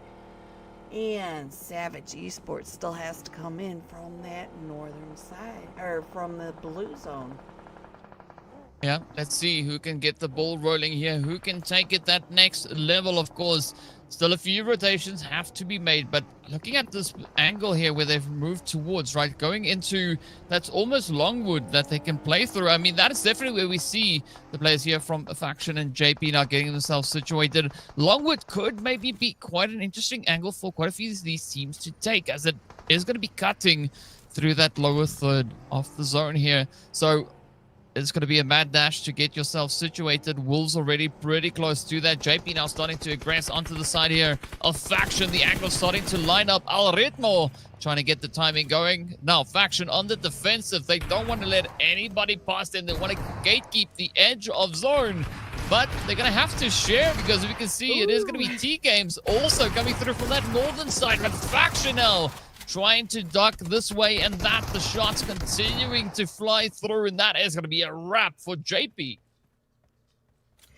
And I've noticed that we have 14 teams down to 13 teams, and 7 of those teams were coming from that eastern edge. 7 teams are going to be clashing, trying to get into this eastern from the eastern side. And so now we still have 13 teams, and they are all still trying to get to the long woods. Then we do have the clash going on over at that farm just to the north side of the west bridge. All tough positions being played out here. Faction are trying to lick their wounds. They also trying to enjoy a few of the spoils of victory, but it might be short-lived, because as you can see, the blue is going to be closing up. Now, there's still a bit of an opportunity, especially for Faction here, to rotate along that southern side of Longwood to get that position secured. Meanwhile, it's going to be Luna and the side of the Wolves now on the edge, just outside of Quarry, looking to lock down the compounds. But you do see a little bit more of hesitation from the side of Luna, right? They don't want to risk it. They want to try and stay in the building. They don't want to make themselves vulnerable to any potential spray downs. But we also then at the same time say goodbye to Savage. 12 squads now remain left to duke it out. And still 41 players in this match. Yes, and as we continue on, we only have 26 seconds left of Zone 3, so we're going to really start closing in on these teams. And as I said, we've got a lot of teams over on this eastern edge that are going to be clashing in onto the Longwoods area. You can see that they are still struggling. And Quarry has all these teams. They've got almost there. Alpha 7, and here we go again. We are still going around those long woods. We still do have the Gatka fields out there. We've got the hills, so we have all sorts of terrains for these teams to come into and call home. And all these teams that are now on the western edge, they do have to find their way into zone. Even Alpha 7 have to come in right between some of these teams. In here, Luna trying to hold off the push by CP9. CP9 is coming in, and we know that CP9 needed these points. And Luna coming in, also needing some of these points. So this is a big game for these two teams. Yeah, but let's see who can make it count. Oh, Luna coming in with the slam dunkety dunk. CP9 out they go. 4 eliminations up, and now it's going to be the Wolves looking to rush on forward as they find TGAMES. A quick finish there. 5 eliminations going to them. And now this is going to be Luna finding themselves in quite a bit of tough company, as we do see the Wolves right alongside them. Meanwhile, Influence Rage up to the edge of Zone. Zero Mercy also just ahead, but now it's going to be VRZ getting spotted quite easily as Cantera gets picked up. Down they go. Few more now looking to ride the ridges. And again, this position up towards the northern zone is going to be quite challenging, looking at all these hills and valleys to try and navigate through and defend from. Carrillo just narrowly escaping that one. But let's see how much longer Carrillo can stay here.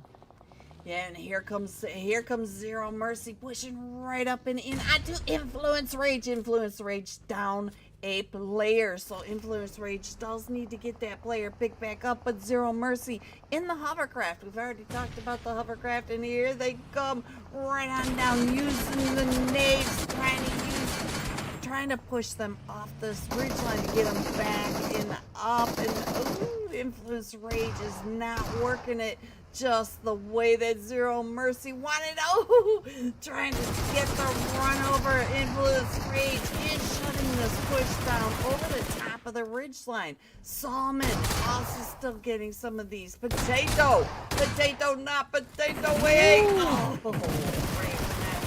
I'm sorry, Potato, but Salmon, little boy, down to about 5 HP. Influence Rage down to just 1 player is Zero Mercy, also down to a player.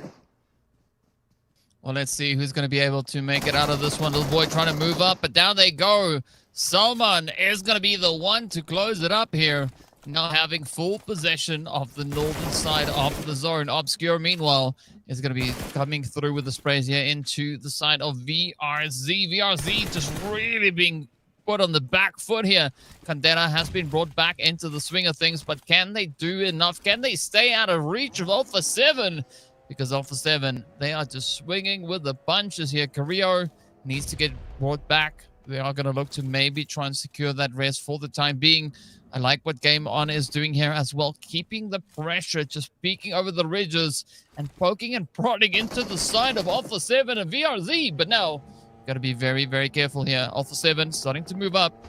We do see Resilience just ahead of them, but this is going to be the opportunity for Game On to go Game On. Obscure quite low, Alpha 7 quite battered, but will they be able to bounce back? Wolves, they just chilling, right? They just having a good old time down on that far southern side, just waiting patiently for all the tension to be resolved towards the north.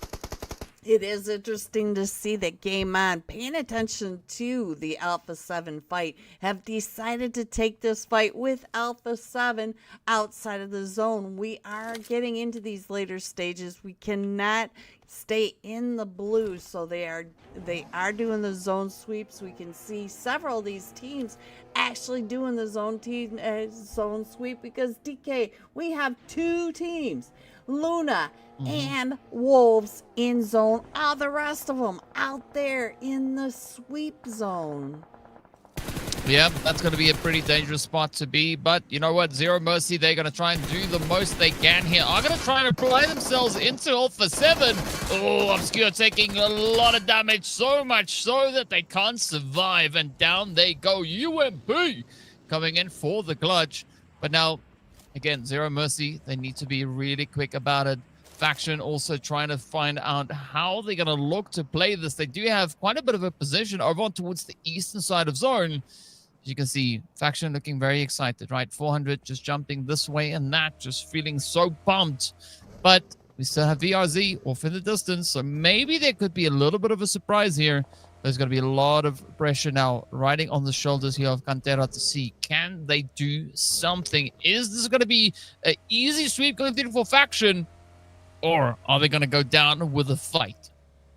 And if you look at the scores right now, we have Resilience and Game On both full 4-man teams. The rest of these teams are down a player or 3. So Zero Mercy still trying to get it, trying to get those eliminations, but they're up to 8. Look at this. You can see that Zero Mercy is pushing right into Luna. Right over on that side. Which team is that? DK. Right across the way is that Savage. No, it is Resilience right across the side. So we do have Resilience pushing up into Zero Mercy. That's solo. Well, they're going to look to try and find something here. But now let's see if Resilience can find their way into the zone. It is going to be the Blues starting to sweep on through. Zero Mercy, out they go. 8 eliminations to show for their efforts. Wolves, again, just trying to do as much as they can here while not getting too engaged in these fights just yet. Meantime, Luna also adopting a very similar approach. They want to try and survive. They want to see, can they bag another winner chicken dinner? The odds are looking pretty interesting here, but I'm curious as to what Game On is going to look to do. I mean, they've been quite active, but we've not seen a single elimination getting secured on their side just yet. Faction, though, again, just testing the water. 4 eliminations, 3 players up. starting to mobilize, looking for the angles, looking to see if there's any retaliation coming in their direction. But now it is going to have to be go time, as they have just under 30 seconds left on the clock. Brazilians starting to move further and further south. The road, of course, cutting the zone right down the middle. But the sprays is there. Game on, locking on with the angles. Let's see if Cardi C can make it out. The answer's looking pretty grim here. But so far, it is Resilience just getting absolutely battered by Game On spray downs. Game On is out of zone, so they are going to have to push up and in. They are trying to clear their path in. But DK, let's not forget that the Wolves and Luna were up in that compound for quite a long time. Wolves are in the zone. Luna has to come out into the Wolves. So all these teams in these positions do have to clear their paths coming into phase 6. Yeah, and Luna finding a good cheeky angle there is going to just sneak it up onto the side there of Sass. Down they go. Now it is going to be Game On looking to go full send as they rush on forward. Cardi C again getting spotted out. Now let's see if Zoo can take it all the way to the finish. Oh, there we have it. The shots are in, and that is Game On locking it down. 5 squads remain. It is going to be the final showdown here. VRZ still holding steady on that southern edge, has not been found out, but the smokes again is going to be drawing quite a bit of attention. So let's see just how long they can survive. In the meantime, up north, it is going to be the Wolves starting to move up a little bit more now. It's going to be Luna feeling the pressure. Scam C is about to get hit by a nade. It gets close, and down they go. Luna out with 3 elims. The final 4 now, getting ready to duke it out. Is that 8% going over to the side of VRZ? Not quite sure. It almost looked like a 0, but yes, it is indeed an 8. Wolves, though, they have pretty strong odds here. And, of course, the only team to contest them at this point when it comes to the numbers and the probability is going to be the players from Game On. Look at these. Look at these stats. They have, none of these teams have a full 4-man team, but 3 of them have a trio and one team a solo coming into these final stages. And we do have 10 players left, 4 teams. So now they're just trying to do the sweeps. They're trying to clear these edges. They're trying to figure out where the other players are, just so that they know which way they need to go when they do have to decide which side of the street they have to play in. Because the zone, we still are set right on top of that road, so we could come down out of those woods or go across towards that beach side. And Game On is still finding these shots up these hills, and here comes Wolves pushing right up and in on the Faction Brazil. The nades are coming out, trying to push them back off of this ridgeline DK, but the Wolves are not backing off. Faction is down. They are pushing back, but Wolves are pushing up and in. Yep, and that's what's going to have to happen here.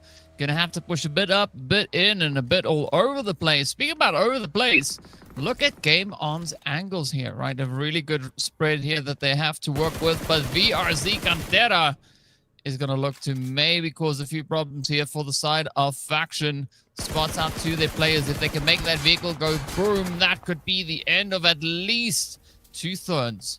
But now, it is going to be Faction starting to just move away from the vehicle. They've noticed that it's maybe not the best place to be. The Wolves, in the meanwhile, will use the tranquility up in the north to get ready for the storm that is to come. But again, how are the Wolves going to look to apply them to this position, right? We do have Doran, Baton, and Hegors left to bring it all to the forefront. Now, the angles lock in. That is Zoo down. So many more maybe to come through from this Faction also.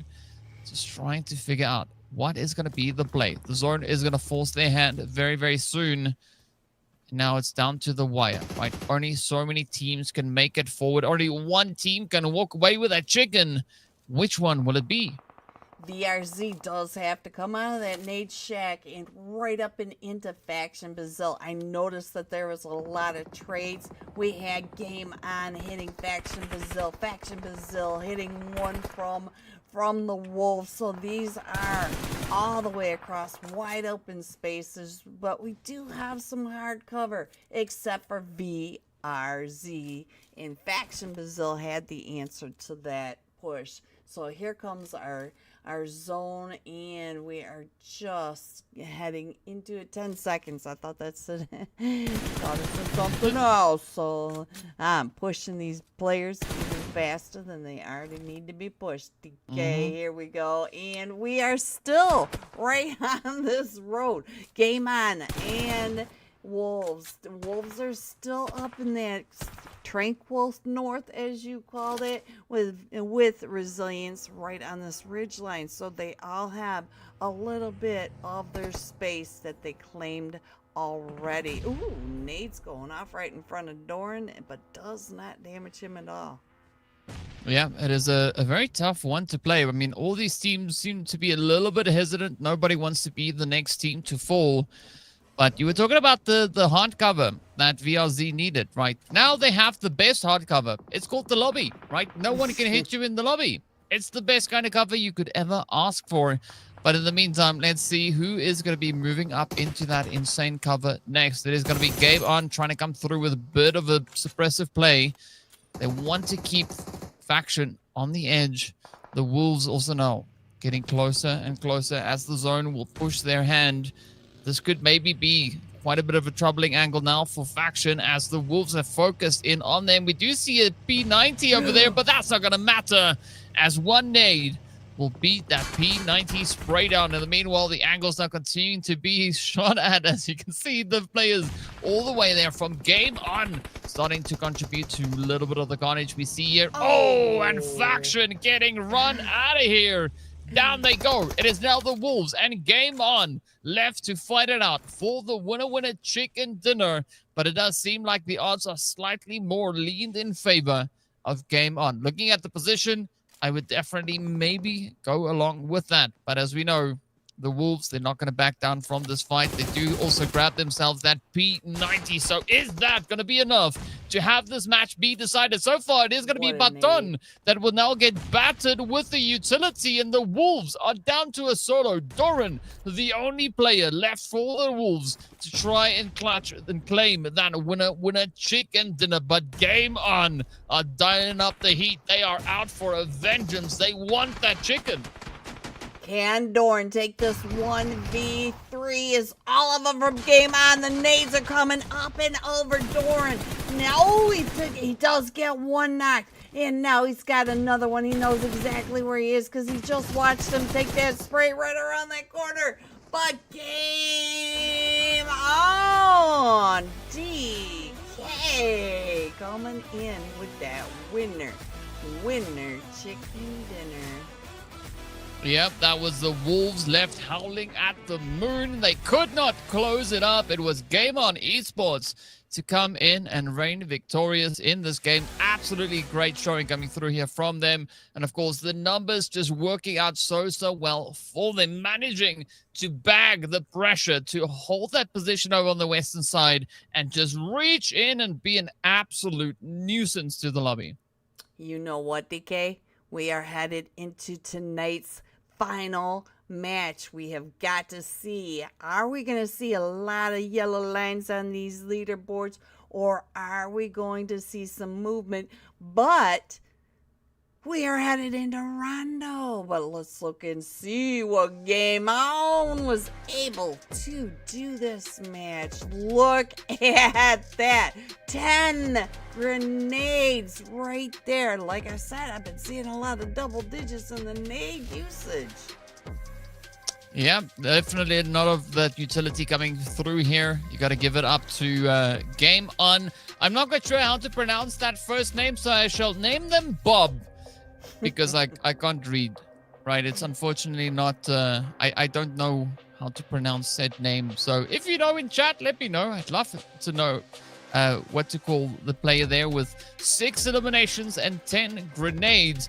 But yeah, a very strong contribution coming in across the board here from the players of Game On. As you can see, well, some pretty heavy hands with the damage there. 600, 600, 400, and almost 300 coming through for Legend. But unfortunately, no eliminations to back that up. So a strong effort being brought in nonetheless. 20 points, though, that is what we're going to have for game on. 10 eliminations going a long way, and they take us all the way back to 1970. I don't know when that was, but it was the other day, apparently. Of course, the Wolves coming through with their 12 eliminations. Faction Brazil coming through on 10, and Zero Mercy with a merciless 9 points in total, 8 of which has come through from their eliminations. The only team to beat Zero Mercy at the aggression game in this match was Game On. I see a lot of goose eggs down at that bottom, though, DK. Some of these goose eggs really needed those points too, so we gotta keep pushing. And like I said, we are just moments away from that Rondo match where our leaderboard will change.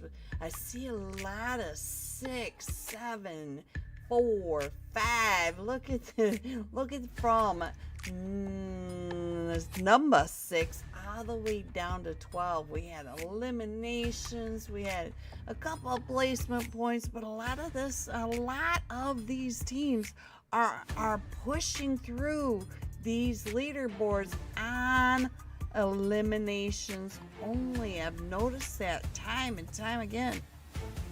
Yeah, that's kind of just the way the cookie crumbles. As we know, the teams will have to do what they can. If you can't bag the placement, get aggressive, right? Because as we know, the 1 point per elimination, that is definitely something that can be utilized to a full extent. So I want to see how the teams are going to look to do that. But of course, next up, we are going to be heading over into Miramar. But before we get there, enjoy a few of the highlights from this past match.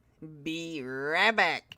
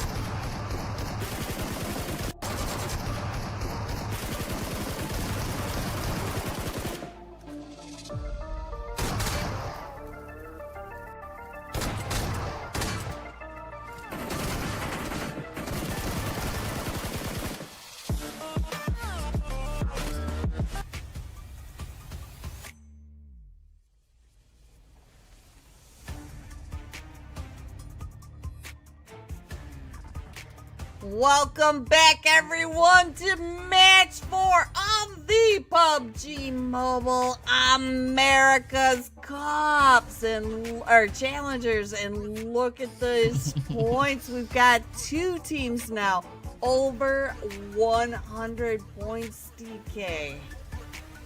Yep, I mean, more and more are going to try and play for that overall positioning, but it is still going to be a very tight and concise play. As you can see, it's getting pretty stacked up, right? Going from 80 to 70, 60, 50, 40. I mean, that means, right, moving into the next game, a lot of changes can happen. If the teams on the left-hand side are not careful, the right is going to come for their seats. And as we know, only a few teams can proceed forward. Only a few squads can make that cut. So you don't want to be one of the 4 teams that are not going to be able to make it into the finals. So the pressure is going to be on. But of course, going into match number 4, that means that Group C are going to be stepping back out onto the field yet again. Game number 4 is going to be the one in which we'll have the players from Group B having a bit of a rest, right? So Group B, that is going to be Alpha 7, straight out of Nepal, Action Esports, Team Zero Mercy, and of course TGAMES. So Luna, Liquid, Game On, Savage, and VRZ will have yet another opportunity to play because they're in Group D, right? So the next game is going to be an exciting one. So I want to see what 9Z are going to be bringing in, right? iNCO there as well. Team Salame, 6 Esports, 6, 9 Esports rather. So a lot of pressure on these teams' shoulders to see can they do what they need to. Because I'm especially going to be looking over at 6-9, right? 34 points is not bad. But based on what the other teams have, they need a whole lot more. Yes, they do. And now we are headed back into Miramar. I misspoke when I said Rondo. I must have Rondo on my brain, but I keep seeing all these yellow lines. I want to see these yellow lines with some green arrows. I want to see some Christmas colors. I want to see the red. I want to see a lot of greens. I want to see a lot of greens on those lower right hand corners of the second page. The second page. Come on, boys, let's get some green. I like it. Do you like the green because your name's green, or do you like the green because green is good? Right? Which one is it? We don't know, but you know, legend has it that the answer to that question is unknown, right? And so maybe we'll never find out. But what we will find out is, of course, who's going to be the team to claim that winner chicken dinner coming into game number 4. As you've mentioned, it is going to be Miramar up again. So there is going to be an opportunity for the teams to try and bounce back. Speaking about bounce back, let's hop in the game and see what Miramar is going to bring on for us. Of course, we are going to be starting down on that southeastern side, heading straight up into the middle. We are going to be stopping over in Oasis. So La Cobreria is going to be receiving a little bit of love. San Martin, Hacienda del Patron. A lot of the locations along this flight path is, of course, going to fill up really quickly. But I think the big question here is, of course, where is that zone going to take us? Is it going to go in the direction of Chumacera and the fields just north of it? Or maybe this time around, go somewhere up in towards that northeastern side? Right, we haven't seen a lot of the northeast in this series so far, but we haven't seen a lot of that northwest either. The northern side of El Pozo has just been really quiet. It feels like we're down on the southern side a lot. So I would like to see it towards the north this time.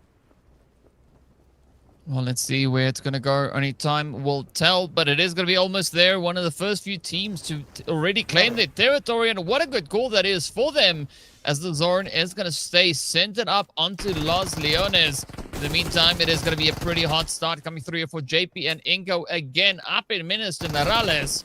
Of course, these teams are quite relentless, right? They've been dropping in here time and time again. And down goes 7-8. McGrellin also pretty low, but can Vitale do something to try and save it? Diorge, you got to watch out. The MVP, down they go. And that is it. JP just getting taken away, right? They've tried to do something, but they weren't allowed anything. Not even breathing space this time. iNCO was 7 up on that tanker. They knew, JP knew that there was going to be a player up there. They tried to take him down. He did get knocked, but the rest of iNCO answered that. Well, let's see what other answers we'll be getting in this match here. It is going to be INF also looking to get all the way up into what this is. Hacienda del Patron. They're moving in the direction of at least the name Hacienda del Patron. So let's see where they're going to go. Yep, they're going back to their normal spot, right? All the way over on towards that eastern side of the zone. I mean, if you've got a drop location, right, regardless of what the flight path does, it is just consistency that is going to be the name of the game here, right? Teams looking to get themselves where they like to go. So El Azahar is going to be the location for influence. And as we did see that zone, it's not necessarily all too complimentary, but it is relatively close. So they could come in with a bit of rotation through the truck stop, or of course, if they choose, maybe move a little bit closer to get into Impala itself. A little boy with his crown. You talked about his crown the other day, and now we do have a lot of these teams that do have their drop spots. They have practiced them. They know their angles. They know the sound cues from where they expect the other players to come out of. So if you have a drop spot that you call home, you definitely want to make sure that you play the other team to make them pop their heads out, get those distraction plays. So yeah, I do understand traveling across the map just to get to your zone, even if that drop spot, even if the zone does or flight path does not help you with that. Wow, that was easy for me to say. Yeah, it came out so smooth, right? Smooth Effortless. like It just butter. rolled off the tongue. It was just like, yeah, it was just there. But speaking about just there, it's gonna be CP9 also just there in La Cobreria. So an interesting starting point for them. But I'm looking over to 6-9. I mean, look at how far north they went, all the way up in towards Torre Ahumada. So that is gonna be quite a bit of a rotation that they'll have to make, as Chief also now just shows off a few of those skills coming through with the Golden Murado. So, you know, if you've got it, flex it. But luckily, physics don't fully apply to vehicles in PUBG. Yeah, as we've already stated, these cars work a lot better with the tires down on the surface. We have noticed that PUBG physics are a bit different, but wheels down usually is the way to go. I'm looking up at Dauntless, way up by the Oasis in La Cabrera. We also have CP9, but it looks like Dauntless is moving away from CP9. We've got Savage Esports pushing up a little closer, and I feel like they may be keeping an eye down on La Cabrera where CP9 are. You can see that Valak is still going to that north wall area way north of La Cabrera. Yeah, I'm not quite sure what they're doing, right? Maybe that's a strategy that they've rehearsed a few times. It's like, well, if the zone goes south, we go north. Why? Because, you know, you just got to do it. It's just one of them things. So I don't know what the approach is, but we'll figure it out momentarily. In the meantime, we are going to be looking over into El Pozo. As you can see, Savage making their way down. Of course, they started out a lot more towards the northern side, now heading further and further down, gradually approaching, I would maybe assume, that western side of the zone. I mean, again, right, we've been talking about the drop locations, teams being pretty consistent with where they go. We did see VRZ also yet again pulling all the way up in towards water treatment. So once these teams are looted up, once they have what they think they need, I'm curious as to where they're going to choose to rotate into. Now it's going to be Dauntless getting caught by the blue, as Juancho now needs to get their honchos back in the zone. Get those cheeks up here. Get the ball rolling. Meanwhile, Resilience also going to be looking to just await the presence of the other teams, as we do see them up in center zone. They do have a little bit of company, of course, coming through from the north. That is going to be the players there from Team Liquid. Almost there is going to be pushing up from that southern side. I'm curious who else will dare to venture up into Los Leones. And here comes Team Liquid right up onto Resilience. Mythic. If Mythic has to watch himself, because we have seen Medion with that mini take out several players. He does have the mini skills. Ooh, was that an AFK from Chief? Chief, come back. Your team needs you. Well, I mean, whatever it was interesting, because we did see a few ghosts coming up there. It could be in preparation for Halloween that's approaching, right? But we'll see exactly who is going to do what over here, as we have iNCO also making their way through La Bendita, looking for a little bit of additional loot before continuing that push further and further. They are pretty close to center zone, so I'm curious whether or not they're going to stay in the crater, Or are they just going to look to get a little bit of that loot action going here? I mean, there's nobody really pressuring iNCO to do anything, as we can see up on the map there. I am looking at the pressure, though, coming through from INF, right? They are, in fact, rotating straight through into Impala. So VRZ, they're going to have to fight if they want to stay in Impala. I do see that Savage Esports is coming right up on the faction Brazil as well. And I think Luna and CP9 may be meeting in the middle. And we are going to that Leones area. Yesterday we saw it go, or the other day we saw it go to the north. Is it going to be a Leones finish, though? Are we going to have an urban finish? We do have a lot of teams still out in that blue. We've got the zone sweepers going. We do have a lot of teams that are about to clash or could end up clashing. Yeah, well, taking a closer look at the zone, of course, we can see exactly where the teams now look to get themselves situated. But I think, honestly, like going over towards the slightly more eastern side of Los Leones, very similar to where we have almost there now situated. And, of course, I would even go as far as to say Team Liquid. That could be a very interesting position, right? Quite a bit of high ground, and it does allow the teams quite a bit of coverage from that position. So it's all going to come down to who gets there first and who can control it, because I can see the contention coming into that, right? Team Liquid being one of the first to make it up, but will they be the one to stay here? Can they do what is required to lock it down and plant their flag over here? I see iNCO to their north, Luna to their west, and we've got VRZ to their east. So iNCO is going to have to watch all their angles. We have spoken about a lot of these teams that do not get the tunnel vision. We've seen a couple of players that may have been caught in that tunnel vision moment, but these teams seem to be very aware of where each other are on these maps, on these rotations, and in the compound. So it's very nice to see that they are not getting the tunnel vision.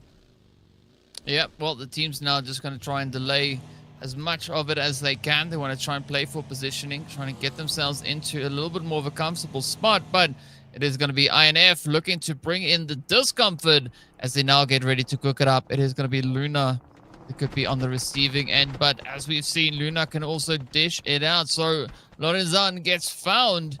Oh, VRZ looking to reach in all the way. And you spoke about them earlier, so it's good to see. Now it's iNCO also getting a bit of the action going here. So it's 4 squads that we are essentially looking at here. 2 of them, of course, very close, and 2 third-party plays also then happening in the background. But now, is this going to be a fair trade with the utilities, right? A lot of throwing back and forth, but Influence trying to get a good read. It is, of course, quite upsetting to some extent, I would think, for them. Focusing on one squad, but then getting hit by off angles. So it does add a little bit of that uncertainty to the whole situation. It is going to be VRZ, who has, I would assume, received a little bit of pressure coming through from Resilience or iNCO, or maybe even Team Liquid up on the hill. But now, INF, they still need to try and bring one of their players back into the swing of things, as they only have 2 players up. So that is Law and Diego. And this is a golden opportunity for Luna to actually go out there and maybe take them to the wayside. I see 9Z doing the sweep in the blue, and they may run right into Dauntless, because Dauntless is still over in that Picado area.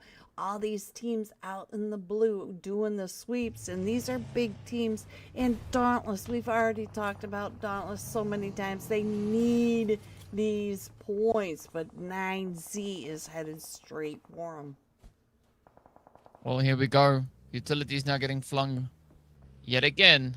CP9, can they hold on? Trying to creep onto that southern side of Resilience. Trying to smoke it up. iNCO also just off to the side. So, again, a lot of pressure can be applied here. But speaking about the pressure, it is going to be Resilience looking to do exactly that. As they spotted out the opportunity, up they come with the send. We do see 9Z and Dauntless also fighting each other out in the blue. The shots flying in all directions. It is now going to be up to Resilience to see, can they lock it down? It's, of course, up to Saz. the remaining player here. CP9 with a good retaliation. Great defenses on the angles. Oh, and down they go as the third-party play comes through. Resilience going out with no points to show for this game. Influence Rage, though, still in it alongside Luna. Luna holding strong, looking to see if they can maybe find a way through this whole situation. But it is going to be Lorenzen and, of course, Lord Dauntless go out. Beautiful nade coming through there from 9Z, coming up with a massive explosion. But now, Luna, they have 1 point up, right? They got the confirmation. They found Diego along the way. Can Law and Laurent get the job done here? I like what Luna is doing, trying to take them from all different directions. But the smoke is going to prove to be a little bit more challenging to navigate. As you can see, one header on the edge, trying to find their way through. Nicole, Tokyo coming through on the front line. Law getting spotted out. The pressure is on. Can Influence Rage survive? Can Luna kick their butts right here? And here they come. One header right on the backside. Nicole, very strong player, trying to push up right through that window. She came through the window. Ooh, what a shot there. They're going down. Luna taking down. Influence Rage down to one player, down to 5 HP. He was able to get that heal up. Luna backing up just a little too long to be able to give him the Luna. The Lunatics. There they go. They were able to get that play, but now they do have to move into zone DK, and I believe it was Wolves and iNCO paying attention right across the street from them. How are they going to get out of this compound to get back into zone? Yeah, it's going to be a pretty tough one, but well played to Luna. I mean, it was sad to see that M249. It was held, but it didn't get the opportunity to get used, right? The shots flew out, but none of them connected up. So well played to Luna. Now it's going to be faction up on the north. iNCO looking in their direction, waiting to see how they would dare to wander back into this next zone. Again, so many difficult positions. In fact, actually, they're looking right over to the Luna side. So iNCO, yeah, they are going to try and bring in their own contribution here. But this, of course, could also then allow for Faction to sneak on forward. Savage also going to be holding over onto the edge. You can see Faction bringing a lot of caution, looking to do a lot of that due diligence. They don't want to just full send it. They want to try and get a good assessment of the zone itself. But now, how are they going to look to play it up? And I like the fact that the zone is going to be sticking out to the mountains, not centering up on the city. This will allow for a lot more of a strategic play coming through. It's also then almost there, and the players from Game On looking to just try and lock it down. Wolf, I like what they're doing. Also just being a little bit of a menace, right? Just reminding teams that they always have to keep their wits about them. But the big question here is, how will Luna make it into zone? Because they have to rotate up, but it seems like they're heading for the east. And as you can see here, Green, already quite a few teams just waiting there.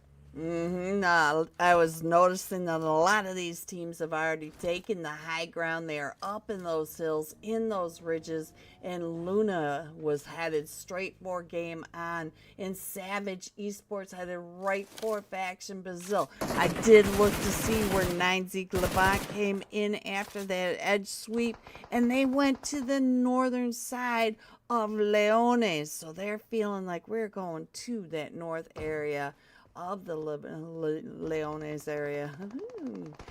Tongue twister again. But Luna coming right up and in on the VRZ. And they are in zone. So VRZ did get pushed back and Game On right across the street. Luna, Game On pushing right up and in because we did get Cam C knocked. We are missing Nicole. So now Luna down to just a duo, sandwiched between the two teams of Game On and VRZ. Well, let's see who's going to get that going here. Game On still trying to get something to happen, just patiently on the edge of zone. Faction Brazil, they've taken the big plunge to push into zone, but again, not a lot of good ground here to work with. It is going to be iNCO looking to apply all the pressure to them, but a good off angle coming through here from Vitin. Oh, that is the turning point now, as they have the opportunity to get the jump in onto iNCO. Bruno has to make a lot of magic happen right here. This is Faction's opportunity. And instead, they are going to look to prioritize the reses. 7-8 and everybody else in the meanwhile are going to look to move forward. Bruno, having the information getting relayed across to them, is going to look to just try and lay it in, get the shots. Savage going to be moving up as well, so Faction could be in a world of pain right now. Savage Esports could put the end to that duo down for Faction Brazil, allowing iNCO to get, here it comes, allowing iNCO to get their players picked back up. So Savage helping iNCO, so we will have to wait and see if iNCO can push it. Bruno can push up, get his teammates picked back up, because iNCO is up to 7 eliminations, and Savage is now sweeping up towards that zone area, headed into 6-9. Well, let's see who's going to be able to get it going here. Oh, Faction feeling a lot of that pressure. Savage looking to pick up a quick few trades along the way. But again, got to keep the eye on the zone positioning. So I like what Savage is doing here, keeping 2 players in the zone and having the 2 other scouts just maybe try and bag a few of those additional points. But there we go. iNCO getting taken out of here. 13th place with 7 eliminations up. Now Faction down to solo. They have only 1 more left to try and bring something home. 6-9 running out of health. Very unfortunate position to be in, but they still have 1 player left. Now Azzy going to try and sneak their way up into safety. Meanwhile, the Wolves sitting so comfortably up here on the edge of zone. I like the extension they're bringing through here. But if the zone moves north, how are they going to rotate out of this? Because then it could turn in favor of Team Liquid. Almost there is pushing up onto that solo from Wolves, the scout of Wolves, that off angle, and we do have a duo from Almost there down in that very southeast side. But look at the split, DK, of Almost there. They're taking the top of all these mountains, so they've got and Wolves had an answer to that. Well, let's see who's gonna have anything to say here as Wolves get ready to move in. Chickenate down the edge of the mountain here could definitely help find a few points, maybe, if they can get it in. But instead, the shots connect on through. Wolf and Wolves are going to be having themselves in a bit of an altercation here. Not quite sure how Higgers is going to be able to get off of this high ground, but it is going to be reliant on Baton as well as Doran, and then, of course, Coops to bring in a bit of a helping hand here. A very wide spread here from the Wolves. Not quite sure what they're looking to play at, but we'll find out soon if there is going to be any success connected to that.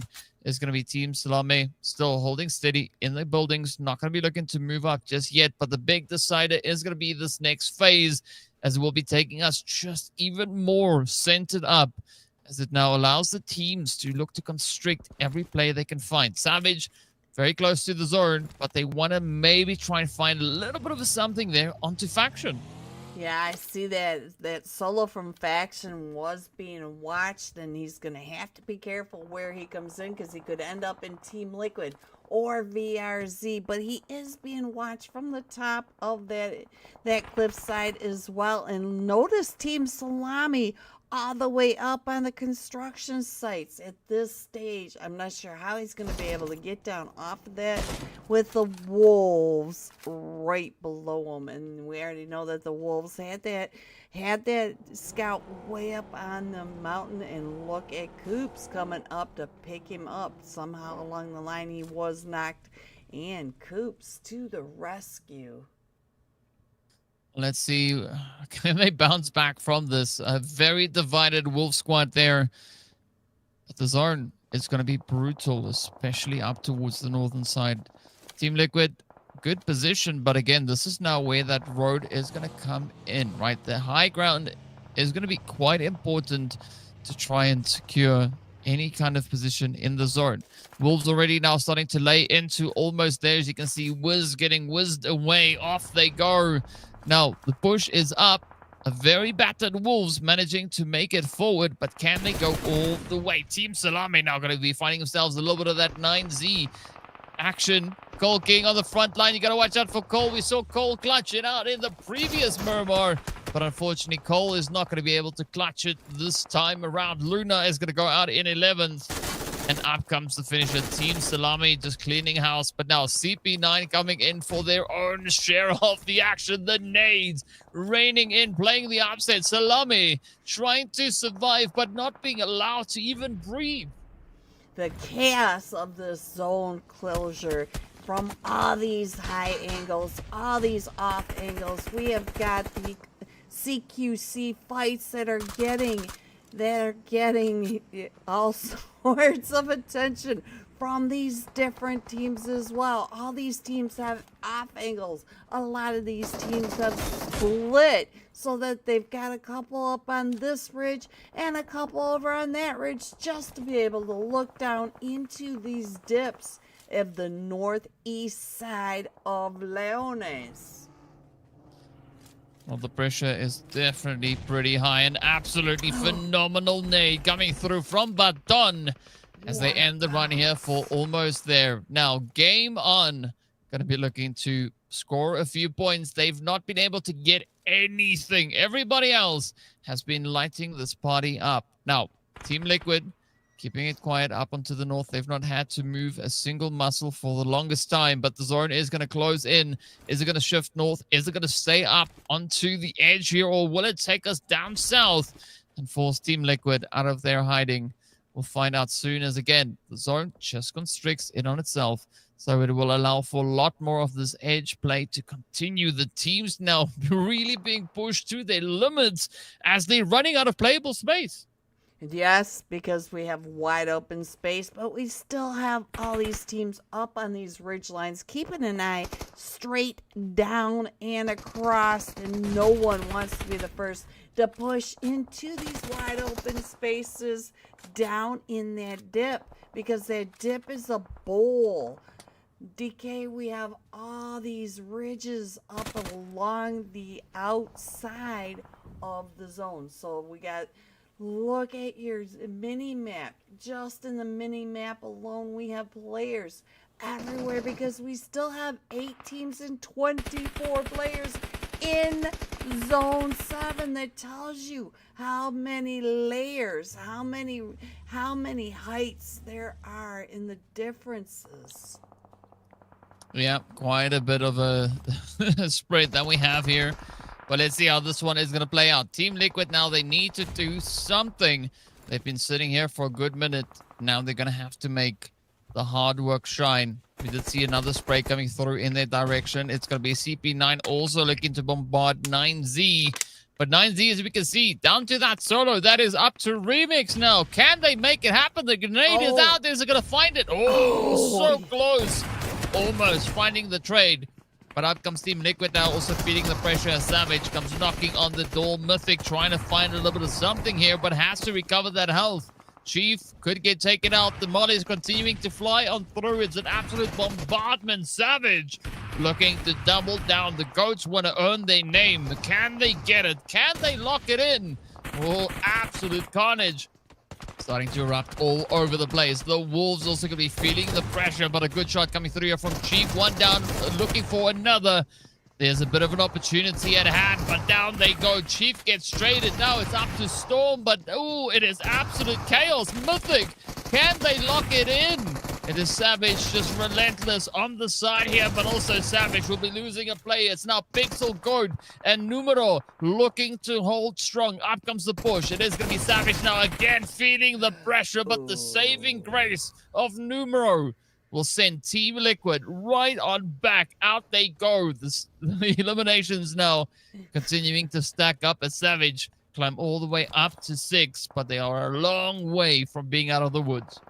I saw Flying Mobile. I know that you like watching that. That was Remix trying to get over into that zone to get that high ground, still keeping it up above Savage Esports and CP9 right down below him. But then Wolves, we have Baton up on top of this ridge as well, keeping an eye down on the 3v3 remix. Oh, remix for 9Z going out in 6th place with 8 points. Yeah, it's a tough spot to be in. But now, Savage somehow miraculously still clinging on here.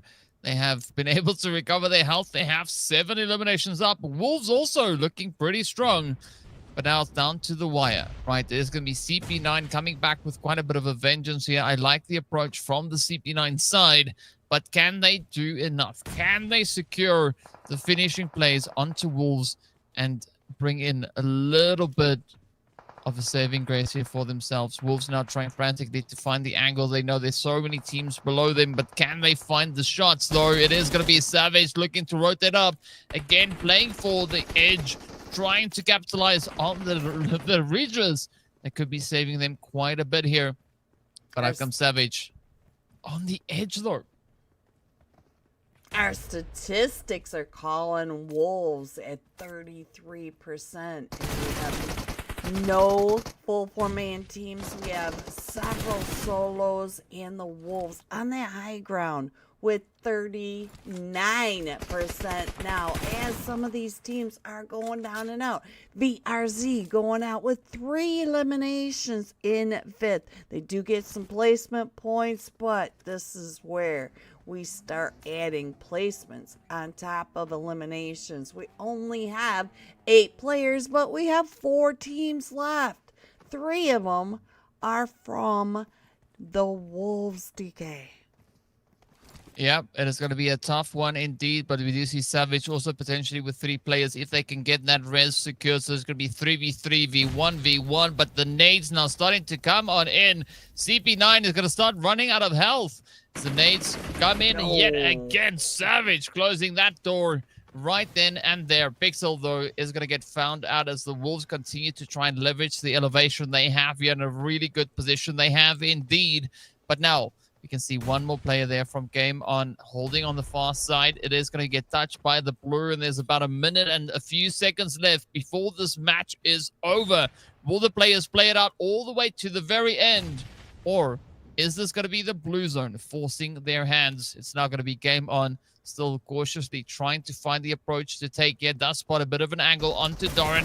Quick angle, but that's not going to be Koops looking to double down. Up they come with a blaze. That is Savage securing the hit, but down they go. This is now the Wolves and Savage having to fight for possession of the zone. Both squads left with 2 players. Savage up to 11 eliminations, but can they make it 14? They are going to try everything they have. Numero is going to definitely try anything that they could possibly find here. Of course, if the Wolves close out this game, they could be walking away with 12 eliminations, so almost the exact same as what Savage currently has. But here comes the push. The jump is in. 2 players go down. 1 player standing between them and that winner with a chicken dinner. Oh, and down it is. It is the Wolves to walk away victorious, claiming the victory and a phenomenal finish. What a fight to get right down to the end. Wolves Esports on the money. Right uphill. Did you see that all these teams had to push uphill into the Wolves, DK? I mean, absolutely crazy stuff, right? But that's the thing about the zone going to that eastern side of Los Leones, right? I said it before, it's a really tough position to play, and the team showed us just how difficult it is, not only to play, but to find other teams to shoot at, right? Because I mean, that match went on for a very long time, right? It felt like it was running maybe longer than it normally does, but that's just the way it is sometimes on the map of Miramar, right? Difficult positions, difficult angles, and even more challenging spots that you need to keep your eyes on. That northeast side of Leones with all the hills, the mountains, the ridges, the crevices, and then to end up finishing going straight up the side into the Wolves. It is the Wolves. And again, not the biggest nade usage I expected to see, DK. Yeah, definitely not the craziest nade usage, but they definitely did capitalize on the aggression. As you can see, a lot of damage getting dealt here by them. And of course, they have the eliminations to back that up, right? You see Coops coming through with 5. We've got Darn coming through with 4.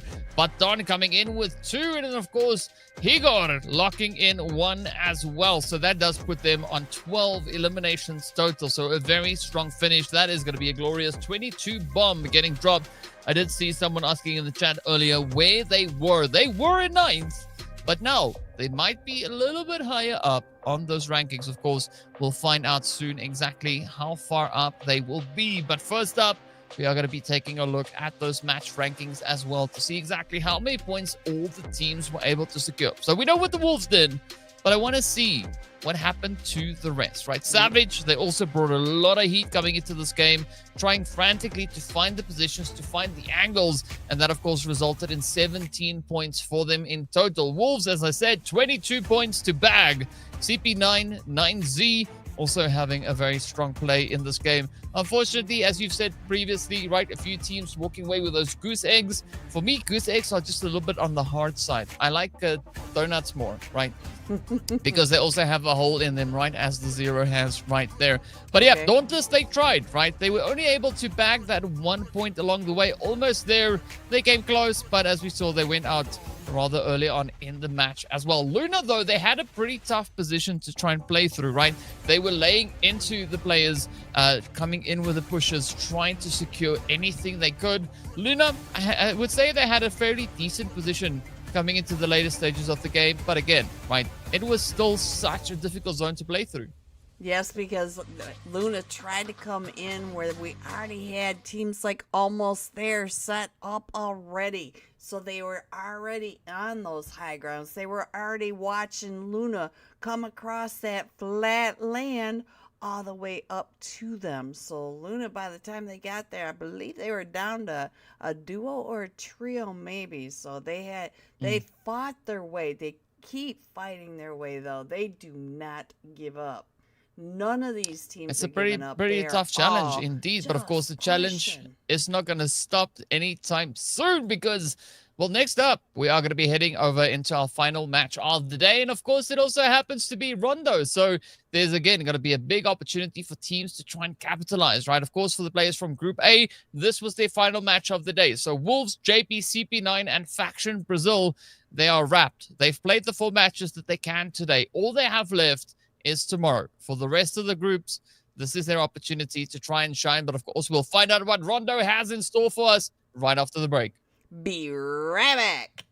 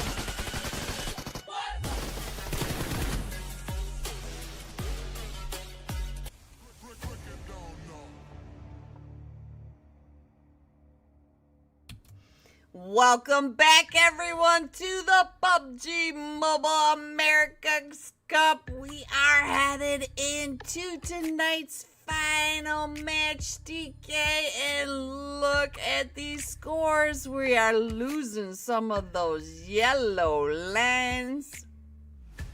Yeah, we are missing a few of those yellow lines, but a few of the teams that don't need to, that shouldn't have the yellow lines are sitting there with those yellow lines. But hey, you know what? As we move into the last match of the day, there's going to be opportunity for a bit of an upset of that to come on through.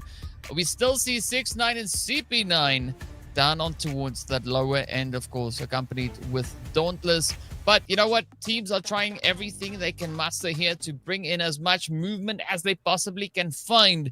Influence and Alpha, yeah, we know that they're going through to the next stage, right? It's going to be almost impossible for anybody to move them out of the qualifying slot. So I'm not too phased for them. The Wolves, they've been doing a phenomenal job. Also then increasing their overall position all the way up into third place, right? 93 points. That's a pretty hot and sweaty spot to be in. So I like where these teams are going, but we still want to see more, right? Especially going into Rondo, there's going to be a great opportunity for the teams to really try and bring in some major upsets, some big leaps with regards to those points. So it's all going to come down to how they look to play it. But of course, I think the big thing to watch out here for the squads would be to not get wiped early on, right? You want to survive into those later stages. You want to keep one player out close to the revive. Make sure that they can defend that spot, because as we saw in the first rondo of the day, they get challenged quite a bit, and you are going to get tested to see, can you hold on to that spot, and can you manage to bring your entire team back into the fight? Yeah, I've been really shocked to see in our first rondo tonight that we had two teams go out so early, all four of them. But I feel like these boys have done their homework. They saw where some of these teams, all four of them will drop to loot up and get the vehicles before they move off. But DK, here we go. Yeah, let's move off into the plane, as we are going to be starting over onto that northeastern side, and of course heading down to the southwest. So a decent split right through the middle of the map, cutting it into the heart of the lovely Rondo. But now the big question is, how hot is Neox Factory going to be? Because all the teams can essentially drop in that location. But of course, as we can see, quite a few of them are going to be opting for positions a little bit further up towards the north. So we do see Alpha 7 heading in the direction there of Hamar Town. Hemay. There we go. Probably helps if I read properly, right? As they start to make their way on through, we do have Dauntless, also one of the early droppers, looking to get themselves situated. But look at this. Revo is going to be hunting down some of that Dauntless action. As you can see, Guizo already getting situated now. It is going to be a pretty tough one here. It's going to be Muhopan, where all the action will start us off. It is going to be Alpha 7 and Dauntless. And Dauntless, if they want to stay in this game, they really have to survive this fight. They're all four of them, again, to this recall center, all four of Dauntless. Not the 1-3 split or the 2-2 split that we were hoping for, DK. And not only did they drop as a full four-man team, but they dropped with Alpha 7. Oh, yeah. It's going to be a tough one, right? I mean, there's bold decisions, and then there's just really brave decisions to make. And I mean, I don't know if Dauntless knowingly came in here. I do think that Alpha 7 instead were the perpetrators here, right? They decided, you know what? Let's get into some early game action. And when they saw a team leaving the plane, they were like, yep, well, that's our cue. Off we go. So now it's all going to be down to how Dauntless can make it through this, right? We do see Valek and Klaus, as well as Juancho and Banger, all still alive. Juancho does find the play up into Revo, but does get traded as Guizo comes through with a quick response. Oh, now Guizo trying to find it, and they do indeed. That's already two players down. The confirmation is in. Klaus is out of here. Banger is going to be holding on, but the molly comes through. Quick yeet out the window, and of course, with that, things are starting to crumble now for Dauntless, as they have only one player left to carry their banner into battle. It is going to be Valek now looking to climb the hill. You have to be really quick, because the moment Alpha 7 finds you, it is going to be done. In the meanwhile, we are jumping over here to Team Liquid, and of course, the players from 9Z GLOBANT, as they are going to be having their way. It is a pretty interesting spot that they chose to drop into, and I mean, there's so much to do here in Yulin. So let's see whether or not 9Z is going to be able to get through this and, of course, secure themselves a few additional eliminations. Because, I mean, Team Liquid, they look pretty divided at this point. And Mythic, you can see Mythic is leaving. He is leaving that recall center on a horse. 9Z coming in and pushing him out of this recall. Look at him go across that wide open space. And DK, we are going to the north this time. Way up. We haven't seen much of this area. And we do have a lot of teams right out on side. So we are still seeing the fight with Team Liquid and 9Z over on that one side. But the rest of these teams are pretty spread out. Some of these hot drops are bare and empty. And then we've got teams that all 4 players drop to, which I don't know, DK. Why? Why are the teams taking all 4 players to the drop? They're trying to be different, I guess. I mean, that's a different approach to try and take in this game. But you know what? We'll take it, I guess. Luna, they are going to choose peace for this start of the match. As we can see them all the way there in Rai'an, just keeping themselves well out of reach of the rest of the lobby. So that would maybe buy them a little bit of time. Meanwhile, Alpha 7 going to be looking to bring everyone back into the fight here. So Dauntless, unfortunate, they are going to be the first team out of here. I'm also going to be looking over in towards iNCO up in Stadium. I mean, Stadium, I think, is just such a good place to get loot, right? There's so much there, especially for a loot goblin like myself. So curious to see where they're going to choose to rotate to once the zone comes in. But of course, then we've got a team like Game On that far, far southern side, right? All the way south of Erangel. So I'm not quite sure whether or not they're going to go south, or maybe they'll opt for an eastern or western positioning. But I can tell you one thing, it's definitely going to be a very long rotation for them. Yeah, I noticed also that Savage Esports was coming into 6x9 or 6-9, and I believe that might I missed the other player, our team, but the 3 teams were coming in to that north side, all right on top of each other. So I expect Alpha 7 Savage moved over to that eastern side, not taking that fight. So they took the fight over to Alpha 7.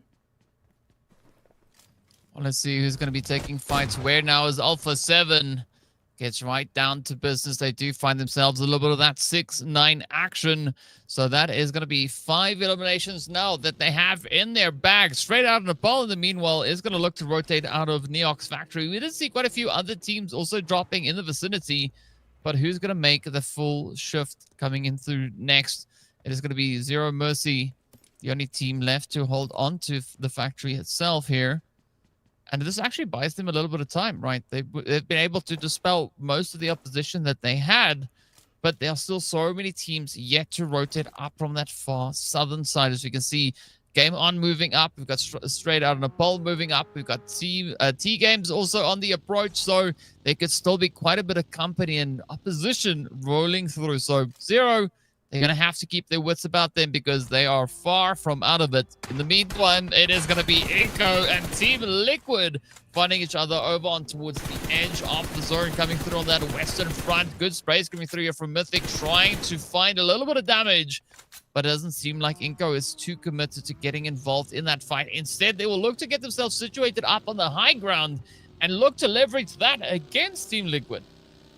Yeah, did you notice on the southern side, we had a long line of teams coming straight up to the north from that south, and they were all right on top of each other, trying to get into the southern side of zone. Well, who's going to make it in, though? That is the big question. Up comes the push. I mean, we've seen what Influence Rage has brought to the other maps, right? I'm curious to see how they're going to look to play this last one here of the day. And then we've got Alpha 7. Yeah, they're moving up. They got 2 players on the one side. We did see the other 2 moving a little bit more up to the other side, right? Onto that eastern edge of the zone. Now Guaizo getting shot in the face here as little boy looks to get ready for a little bit of the action. Straight out on a pole, getting hit by the zone. So Neom's factory, even though it's also a decent place for loot, it is a place that you have to be quite careful of because the shots are going to go flying in here as Potato gets on the roof now looking to just make vehicles go boom. We are now starting to get really sweaty in this Neox factory. You could see that. We do have Zero Mercy. We did see that straight out on the ball was coming up. TGAMES not too far away from this. I believe they were one of them in that long line of those southern teams. So let's see who will get it. TGAMES all the way in a little bit of a quiet place here. Nothing much happening. The same can be said for iNCO, right? Managing to sneak their way up onto a slightly more northern positioning. If they continue further north, they might find themselves a little bit of that lunar action, but Resilience is also now heading in the opposite direction. I think Marion was maybe just scouting out the area, but of course, the players from Resilience, they've been in that position for a good long while. Meanwhile, TGAMES and straight out of Nepal are going to look to get themselves into a little bit of a better setup here. They are going to be moving further and further north. Oh, but now, can they find that next spot to move into? Again, so many opportunities, so many angles to go for. Which will they choose? And I think the river here, Green, is going to play a big role in how these teams decide to move up. Yeah, these river plays, when they get those split zones, it is always so interesting to see. And I noticed that southern line, they've all started to shift up towards that eastern edge. And now we do have the fight between Almost There and Team Liquid. And Team Liquid, they're up to 1 elimination. Almost There up to 1 eliminations. And so we still need these teams to pick up some eliminations. The ones that we are really looking at. I see some donuts. Yeah, somebody taking a stop over at the bakery, but will they get enough of it though? It's going to be Beret quickly trying to bring the team back here as they get the recall going. Now it's going to be Alpha 7 laying into INF. There we go. That cracks the can wide open. Now it's going to be Law and the rest of the team looking to see what their approach will be. How will they respond to this? Law, Diego, instead going to be dipping out into the blue, trying to see if they can find an off angle. We got to watch out, Alpha 7. Revo, the shots could find you very, very soon. And as soon as you say it, up it comes. But again, right, not the best position here for INF to try and play through. So I'm curious whether or not they're going to maybe opt for something maybe a bit further down south, or how will they manage to move out of here? Because again, the blue zone has come in. We're about to hit stage number 3. And the more time you spend outside, the more health you lose along the way. Savage now also feeling a little bit of that sting come in here as Zero Mercy looks to poke and prod at them. But speaking about poking and prodding, Alpha 7 getting poked and doing a bit of poking themselves. Definitely from across this wide open space out of the blue. That one, I think there goes Game On. So now Game On does have to reposition, figure out what they want to do, because they are down to a solo. They are no longer taking this this fight. They got to get over to the recall, but they've got to get into zone straight on the ball. Still coming up from that south along that eastern edge with all the rest of the teams that were coming up from the south along with them. Well, the pressure is definitely on here. As you can see, iNCO trying to find a way to survive, but up comes straight on the ball. Wolf flying in, but instead delivering themselves on a silver platter. iNCO still having 2 players up, could still make quite a bit of magic happen over here, but it's a very spread out field. Straight out on the ball, down to 1. It is going to be Blaze trying to find a way to survive, but Resilience moving in from the south as well is going to apply even more pressure. Now iNCO will continue to find that spray down as we say goodbye to straight out on the ball. It's Bruno down on the distance here, but can Resilience get that third-party play? They have a great opportunity here, but they have to follow through. They have to get their eyes on target. Yeah, and here we are in Zone 3 with 15 teams, and we still have the chance to have full 4-man squads coming in. And we got blue zone damage, and you could see, Ooh, getting some of those from TGAMES. TGAMES chasing down Influence Rage as Influence Rage is trying to get out of that blue. Well, here we go now. Can they get all the way out of it, right? Because the blue is just ticking away. Influence managing to find a way at least out of the initial pressure. But, of course, we have Game On here also trying to do a very similar thing. A little boy could get jumped if they're not careful. Going to have to really try and test the waters here. Just can't blindly send it forward. But, of course, they know this already, right? As you can see, Influence trying everything. Up they come. Decent angle, good approach. But now Little boy, have to be careful, but I like the quiet here coming through from Legend. A lot of due diligence coming through here from Law, but of course they skipped the most important building, the one that was right next to them. They can see the car, so they know at least somebody was here, but they have no information as to whether or not somebody is there. Meanwhile, VRZ going to try and do a little bit of something over there. It's going to be Savage also now full sending it. They found action, and now this is the main attraction. Game On goes down. So they can't hold on. Law gets that play. So the angle's really well covered. Now, Numero and the rest of Savage going to try and make the most of it. There's going to be action, though, to close the door for them. And off they go. The day is done. Savage going out of here with 1 point to their name. Now, Liquid and the rest of the lobby will have to find a way to keep the momentum going because we still have 13 teams up. We are only in phase 4, and there's still a whole lot of space to play through.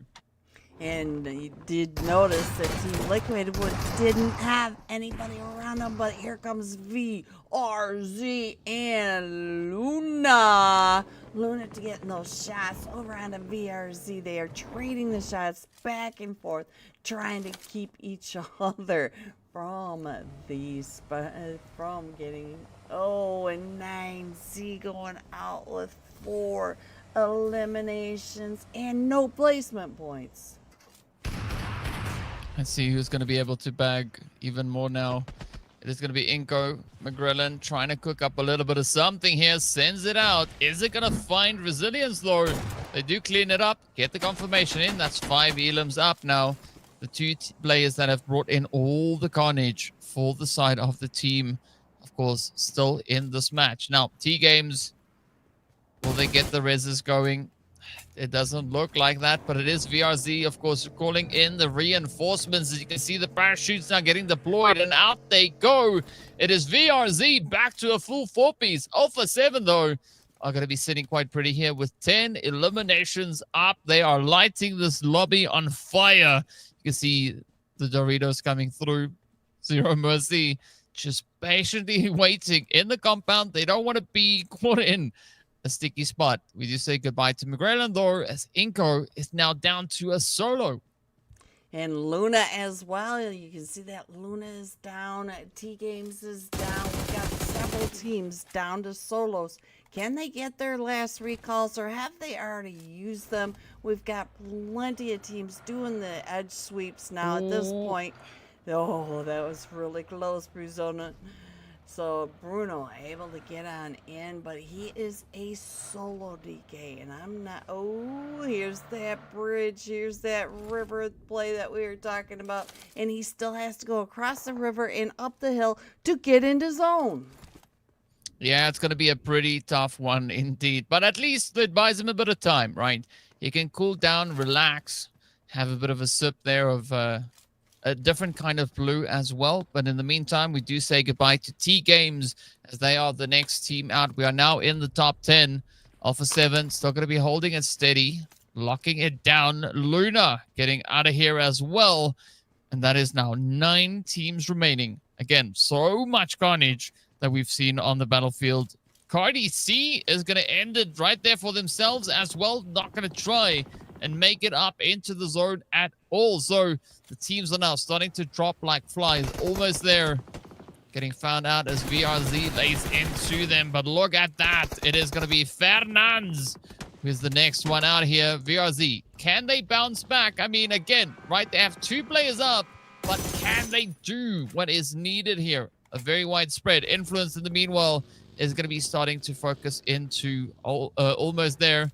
It is Wolf just hiding behind the rock while the Reses get secured down below. 3v2, this could be a good position, a good angle. Influence trying everything, but Law is going to be bleeding out, so much pressure now riding on Low Boy. Can he get that wipe and pick his teammate back up? The angle continuing to get pushed.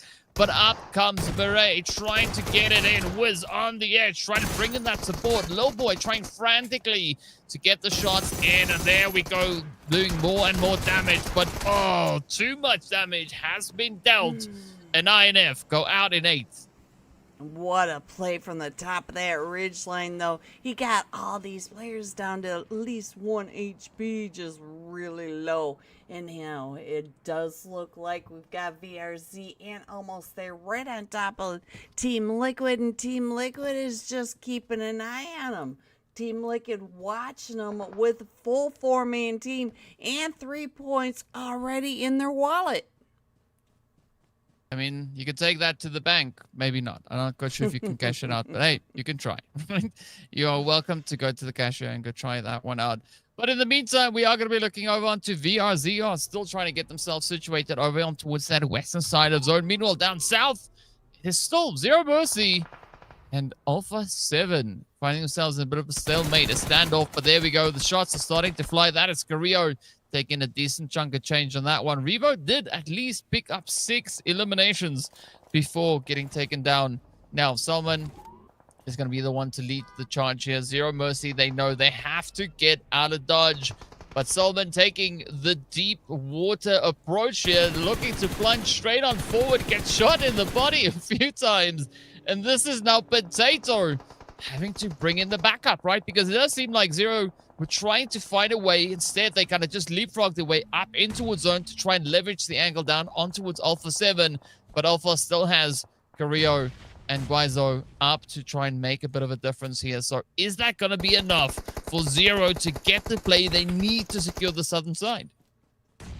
And we do have almost there Zero Mercy iNCO coming in from that west. We got Alpha 7 with TGAMES coming in from that eastern edge. And so not only are they fighting each other along this ridgeline and gatekeeping, trying to keep them from coming into zone, but we are getting all these off angles from east and west as well. So we are in the middle of stage 5, and we know that blue zone, you cannot let it touch, and Zero Mercy is out in that blue.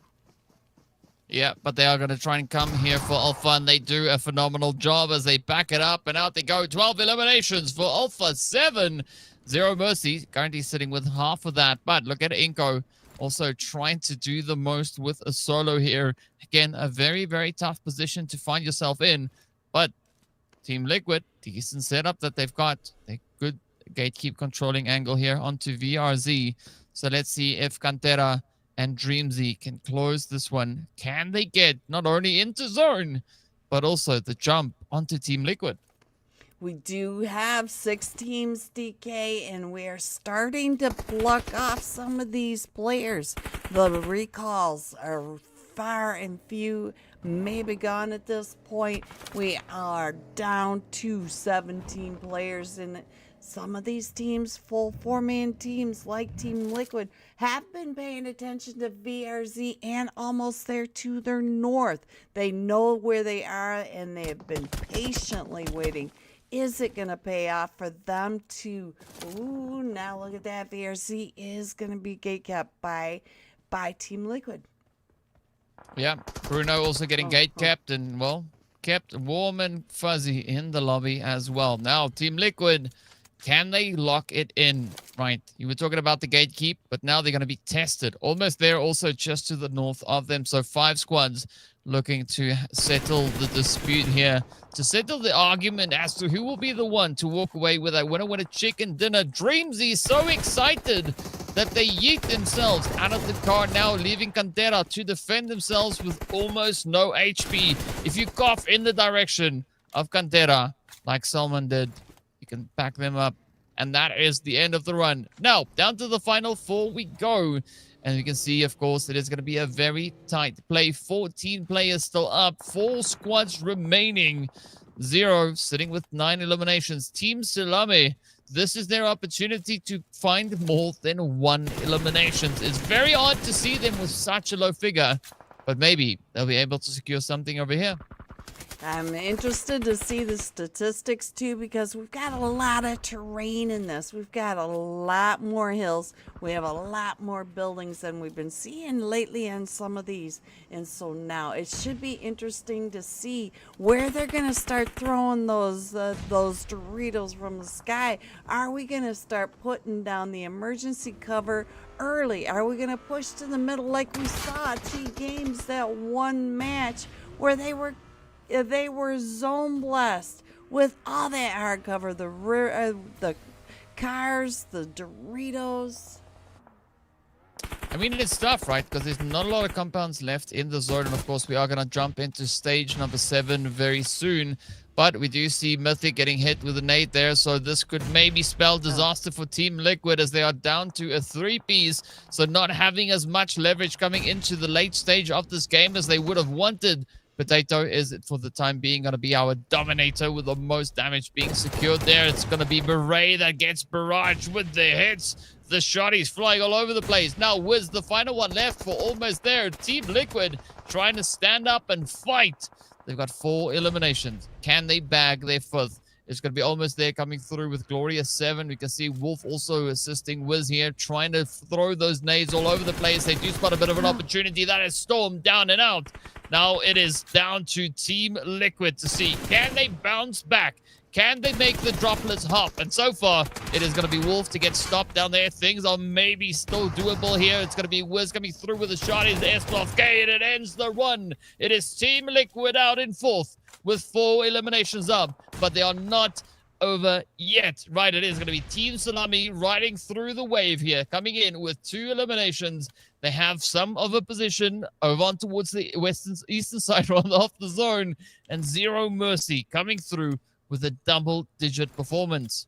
Yes, and we've got almost there coming in from that north, Zero Mercy coming from that south, and we've got all these ridge lines. We've got some rocks over here. We got the drop.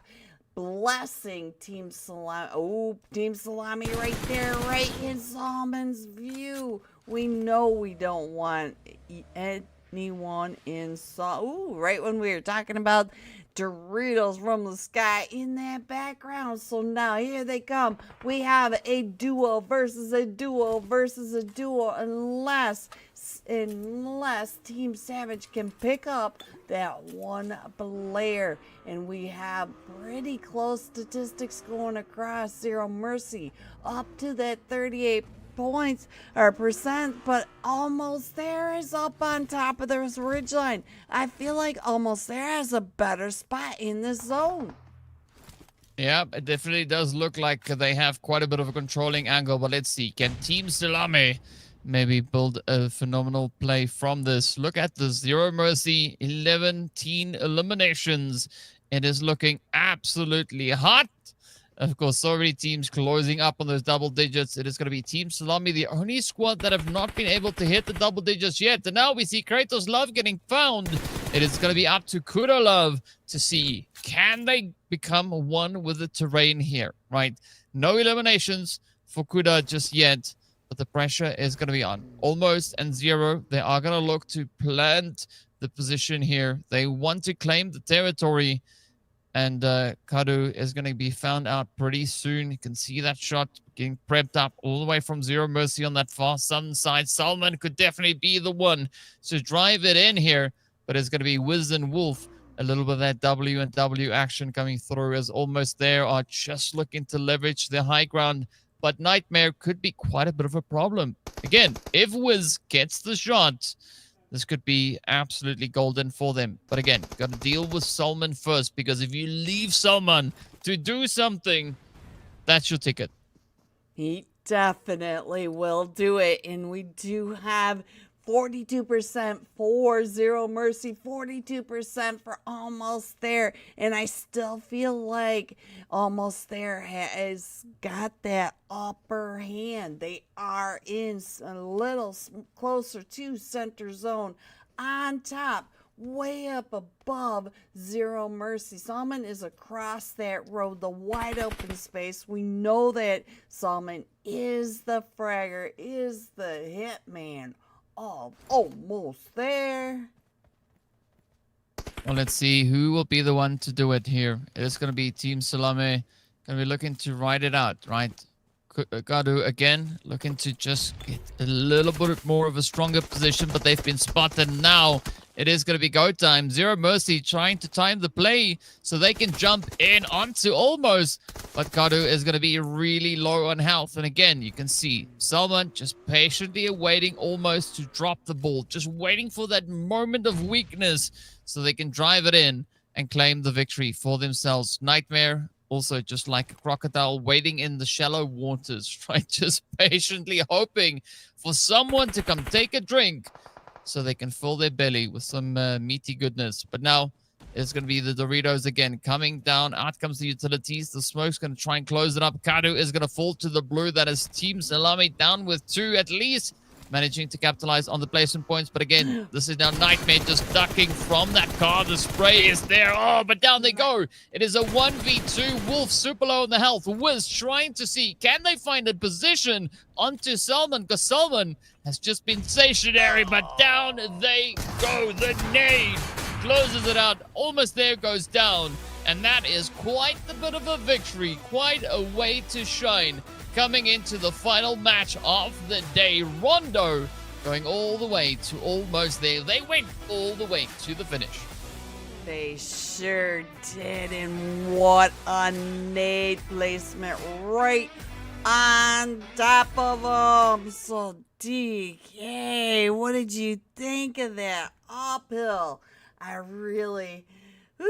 was starting to wonder, because Salman was able to work his way around, got behind some of those Doritos, but he was still in their sight line. But the terrain of Rondo was able to dip down, so he's able to get down below the sight line because of the nades coming in.